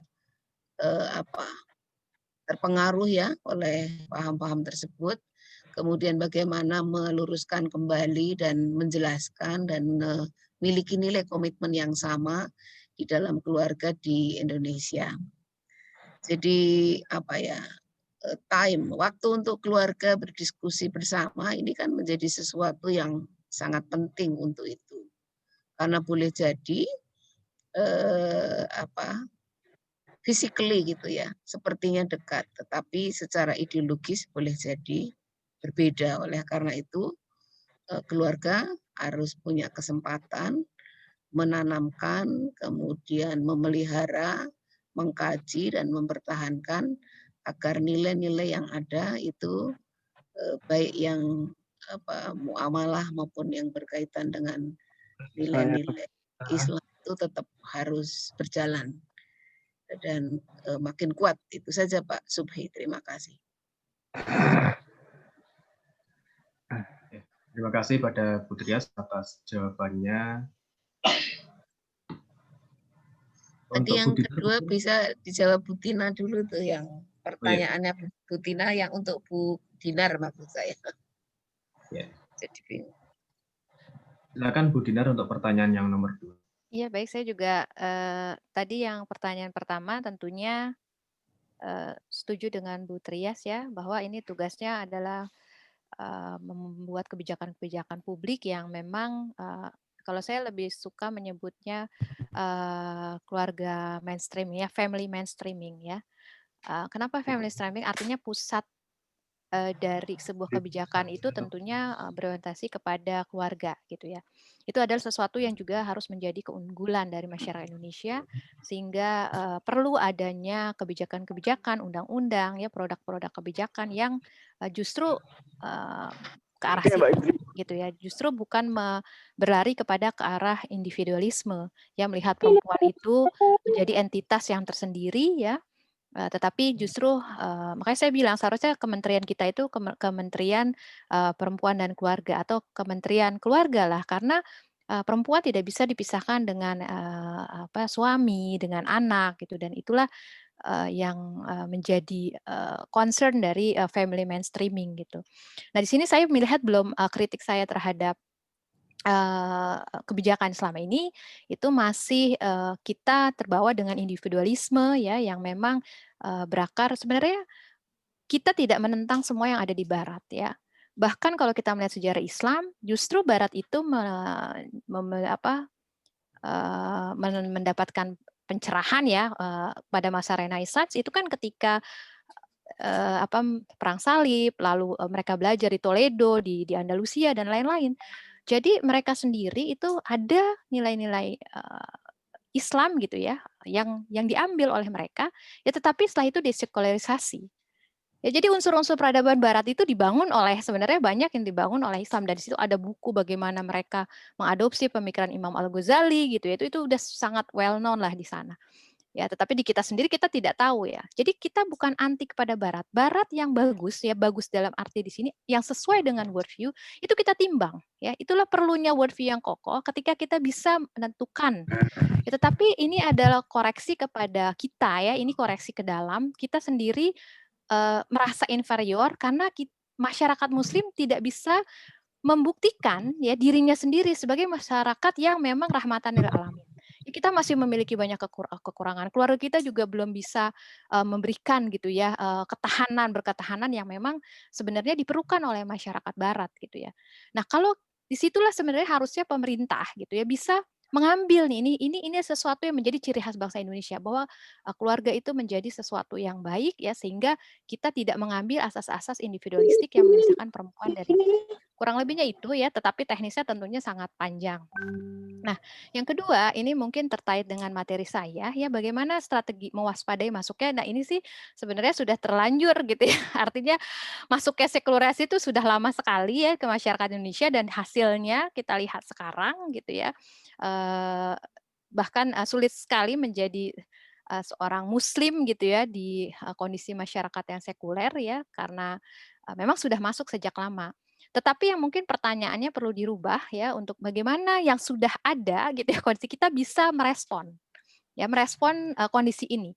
Ya karena tidak mungkin juga kita stres lalu kita melakukan tindakan-tindakan yang justru berlawanan dengan nilai-nilai Islam. Ya bahwa Islam itu sebenarnya memang berpusat pada individu ya. Islam itu tidak melulu berpusat pada masyarakat, tetapi berpusat pada individu itu apa? Ketika kita memang seluruh kondisi masyarakat itu tidak ideal. Disitulah kita sebagai masyarakat Muslim, itu kita bisa memberi contoh ya melalui kita sendiri, lalu keluarga gitu ya. Setelah itu lingkungan yang terdekat. Nah di situ. Jadi kita mulai dengan diri sendiri. Tadi kita melakukan recheck gitu ya. Mungkin kalau checking fisikal tadi mudah ya, Bu Trias ya, gampang gitu ya. Oh ya, belum berjilbab, belum itu. Oh ya, kita besok mau berniat untuk menggunakan hijab. Ya itu adalah satu nggak masalah gitu. Misalnya nggak pakai jilbab, tapi dia merasa itu sesuatu yang belum benar. Dia belum bermuslim dengan benar. Tapi bukan itu sebuah pilihan kok jilbab itu gitu. Nah kalau sudah punya perasaan itu berarti ada yang salah dengan apanya? Dengan worldview-nya. Ya, jadi bukan permasalahannya dia berhijab atau tidak, tetapi bagaimana ketika dia berhijab dia tahu bahwa dia belum melaksanakan agamanya. Ada sesuatu yang dia masih dari kelemahannya lah, seperti itu ya. Tetapi ketika dia berkata bahwa dia sudah memakai hijab, tapi berkata hijab itu pilihan, ya saya seperti ini ada karena pilihan saya. Nah, itu adalah sesuatu yang harus karena itu adalah unsur kewajiban. Itulah di situ masalah worldview, masalah sekularisasi tadi juga masuk. Ya, jadi kita mulai dari kita ya karena ini sudah sangat menyebar. Setelah itu kita coba berdialog dengan keluarga gitu ya. Tentunya ini bukan hal yang mudah juga ya apalagi dengan anak-anak milenial seperti ini gitu ya. Itu perlu kita melakukan pendekatan-pendekatan yang kritis gitu ya. Itu sangat penting.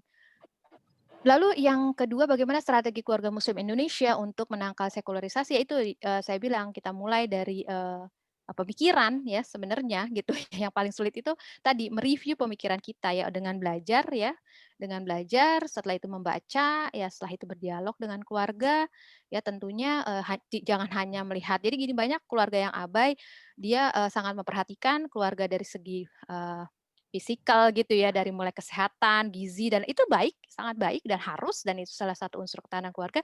Tetapi dia tidak mengecek worldview anaknya, ya tidak pernah kita mengadakan dialog terkait pemikiran. Ya bahkan ketika ada anak kita menanyakan gitu ya isu-isu itu, sudah jangan ngomongin yang berat seperti itu atau kita menghindar. Ya dan anak akhirnya melihat itu dari bacaan, dari tontonan dan lain-lain. Ya, kadang sering ya saya juga punya anak yang sudah kuliah, itu tiba-tiba melontarkan sesuatu yang bikin kita marah gitu, karena pandangan hidup dia karena dia baca gitu ya sesuatu ya. Nah itu kita memang harus siap dengan dialog ya, apalagi anak-anak setelah SMP, SMA. Ya jangan langsung kaget gitu ya karena dia sebenarnya cuma pengen tahu. Ya kalau kita langsung merespon dengan negatif, ya dia nggak akan tanya lagi ke kita. Ya, jadi kita harus juga menyiapkan diri gitu ya dari pertanyaan-pertanyaan ini dan saran saya kepada keluarga kita untuk lebih menginikan pemikiran anak-anak. Itu saja sih, Mas. Ya, terima kasih Bu Dania. Untuk pertanyaan selanjutnya bisa ditambahkan. Oke.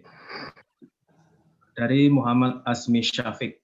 Ini khusus Bu Trias sebenarnya. Menurut Bu Trias, berdasarkan pengamatan, penelitian, dan pengalaman, indikator seseorang pas menikah kapan dan seperti apa?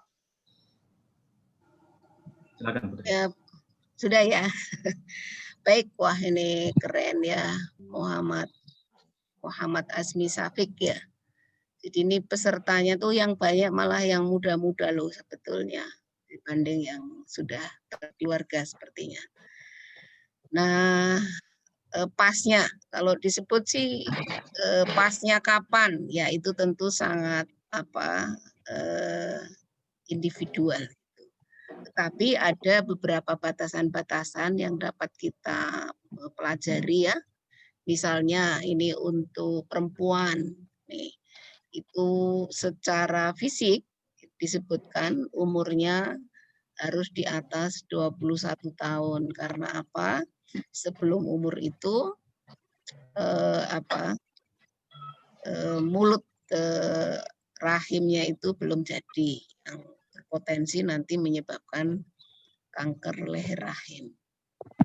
Kalau di dalam kategori ya kapan pasnya ya, kalau pakai ukurannya fungsi keluarga ya dapat menjalankan fungsi-fungsi keluarga dengan baik. Gitu. Misalnya nih kalau yang 8 fungsi keluarga yang idealnya nanti dapat dikerjakan, dapat jalankan oleh sang bapak, sang ibu baru itu adalah ya secara agama cukup, sosial budaya, cinta kasih, perlindungan, reproduksi tadi salah satu yang saya singgung, sosialisasi dan pendidikan, ekonomi juga mampu melakukan pembinaan lingkungan.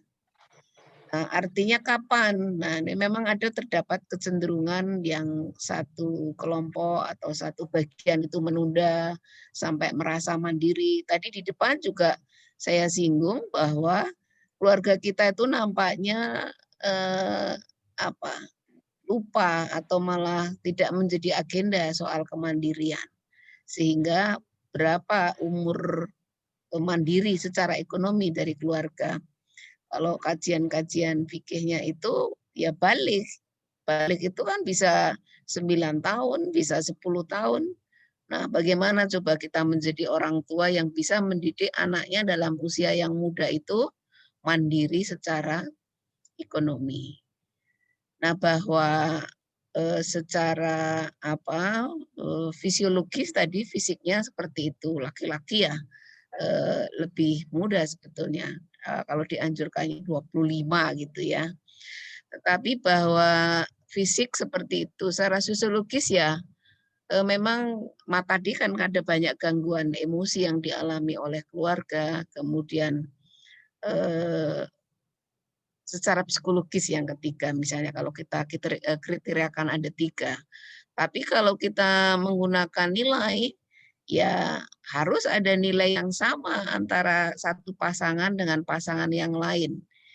Kemudian ketika nilai itu tidak sama, pasti keluarga yang akan dibentuk akan mengalami banyak gangguan. Dan memang ada upaya-upaya untuk meningkatkan perkawinan antar agama yang membingungkan pasangannya, membingungkan anaknya, dan lain sebagainya.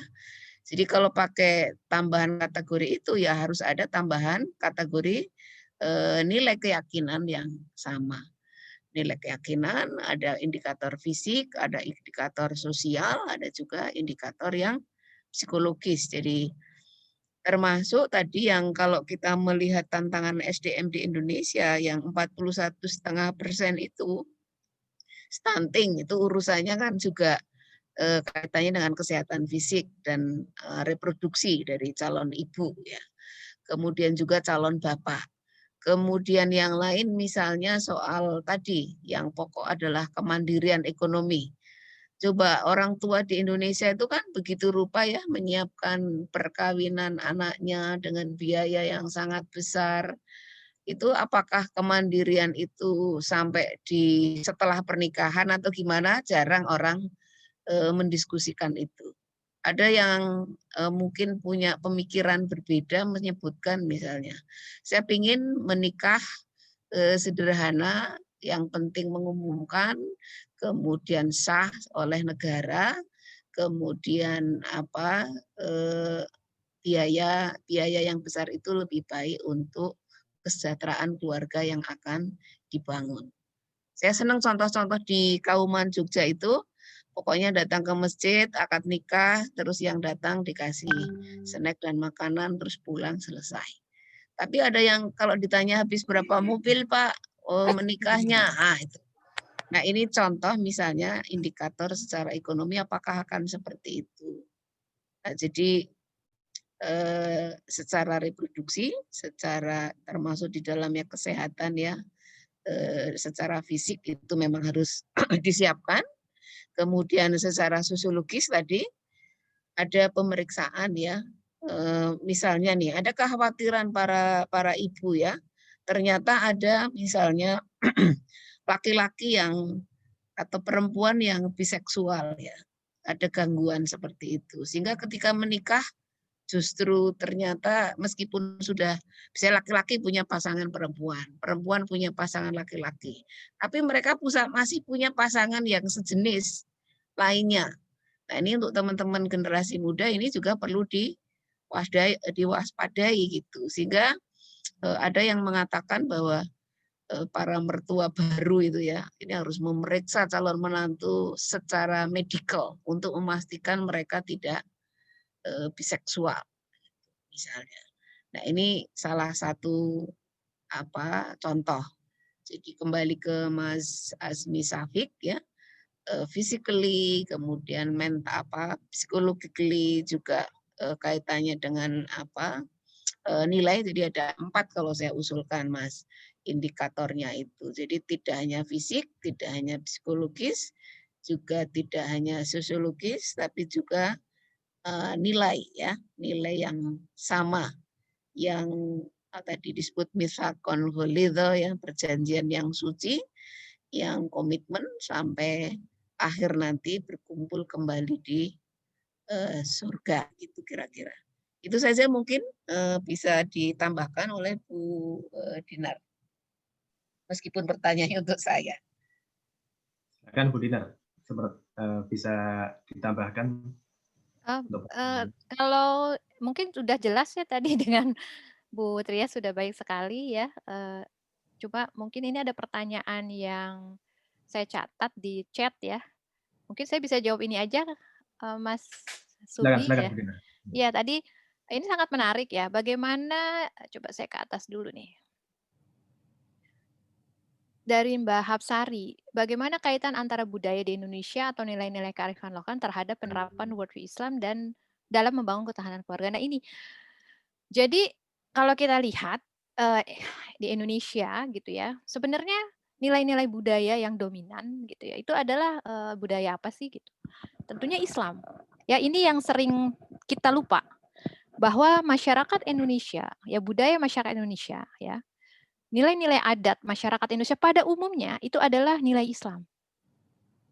Itu tidak bisa kita pungkiri, ya. Jadi sebenarnya ini bukan sesuatu yang sulit, ya. Bukan sesuatu yang bisa bertentangan gitu antara budaya. Cuma masalahnya ada kepentingan-kepentingan tertentu yang justru menghilangkan peran Islam ya sebagai bagian dari budaya, ya. Dengan mengangkat budaya-budaya yang sebenarnya bukan merupakan tradisi Islam, ya, bukan tradisi masyarakat kita. Ya, tapi itu dianggap menjadi bagian. Mungkin yang kalau kita melihat, makanya nanti ada perbedaan gitu di berbagai daerah, itu salah satunya misalnya, maaf ya orang Sumatera merasa, kok ini kayaknya budaya Jawa, semua Indonesia tuh dianggap budaya Jawa, ya seperti itu kurang lebihnya. Ya, padahal kita itu memiliki sebenarnya nilai-nilai ya, yang diwarnai oleh budaya Islam gitu ya. Ini pertama harus jadi catatan kita. Nah di sini kearifan lokal, tentunya worldview Islam itu Islam sudah membuktikan diri ya, bukan cuma utopia, bukan cuma konsep, tetapi sudah membuktikan diri di setiap peradaban dia masuk ya, yang ada di Turki, di Cina dan lain-lain gitu, dia adaptif. Ya sehingga nilai, tapi ya itu yang tadi timbangannya itu adalah worldview tadi ya. Jadi ada nilai-nilai budaya yang kalau sesuai dengan Islam itu kita terima. Ya tetapi ketika tidak sesuai ya ini yang harus diislamisasi. Nah itu. Dan kalau kita baca bukunya Prof. Alatas ya, ada tentang sejarah Melayu di situ. Sebenarnya Melayu ini sudah diislamisasi. Di ulama-ulama kita melakukan islamisasi ya dengan banyak hal ya. Itu sangat menarik tentang islamisasi Melayu. Itu ada ahlinya di Malaysia ya. di Casis yang banyak bercerita tentang ini. Jadi inilah yang harusnya kita upayakan lagi, bagaimana integrasi gitu ya. Jangan dengan alasan tadi keragaman dan lain-lain, itu seolah-olah dipertentangkan antara budaya ya lokal, kearifan lokal dengan Islam itu sendiri. Bahkan nanti sebenarnya worldview Islam ini kebalikan, ditimbang melalui budaya, ditimbang melalui kacamata kearifan lokal. Ya, jadi mentang-mentang itu Islamnya yang dinilai oleh kearifan lokal atas nama budaya ya. Jadi padahal kan seharusnya sebaliknya. Nah, sebenarnya islamisasi tadi kalau waktunya sempat nanti sebenarnya ada pembahasan tentang islamisasi ilmu, dan disitulah ya bagaimana kita mencoba ya, walaupun untuk melakukan ini bukan sesuatu yang gampang. Ya saya pernah ikut conference gitu ya di sini ada salah satu ulama dari Amerika yang juga dia mengajar di Timur Tengah gitu ya. Dia di Spanyol, kepakaran dia tentang teologi Islam gitu ya. Dia mengatakan ulama itu melakukan routing seperti islamisasi, tapi dia istilahnya bukan islamisasi, ilmu-ilmu dari Yunani, ilmu-ilmu dari India gitu ya. Itu satu bidang ilmu itu kurang lebih ya paling itu 200 tahun. Itu dalam kondisi masyarakat Islam ya berada dalam kepemimpinan gitu, mengambil kepemimpinan peradaban, dan ulama-ulamanya itu sudah menguasai bukan cuma sains ya, tetapi ilmu agama. Jadi itu aja membutuhkan waktu yang lama. Nah, bagaimana kita yang karena sekularisasi misalnya ada yang mengerti Islam tidak mengerti ilmu kontemporer, mengerti ilmu kontemporer tidak mengerti ilmu Islam ya, studi Islam. Ya, sehingga ini semakin mempersulit proses islamisasi karena, dan disinilah mungkin butuh kerjasama ya antara orang-orang yang memiliki kepakaran berbeda, ya itu bisa dipersatukan tentunya dengan niatan gitu ya, justru bukan merusak dari ajaran itu sendiri. Ya sekarang yang cukup berhasil sebenarnya dua itu yang tadi saya sebutkan ya, psikologi Islam dengan ekonomi Islam. Itu usaha-usahanya sudah kita lihat masif ya, walaupun mungkin masih perlu peningkatan, artinya yang harus diislamisasi itu kepada level paradigmanya. Jadi bukan cuma dalam tataran praktikal atau tapi paradigma atau filsafat sainsnya. Ya, jadi filsafat sainsnya itu yang harus diislamisasi.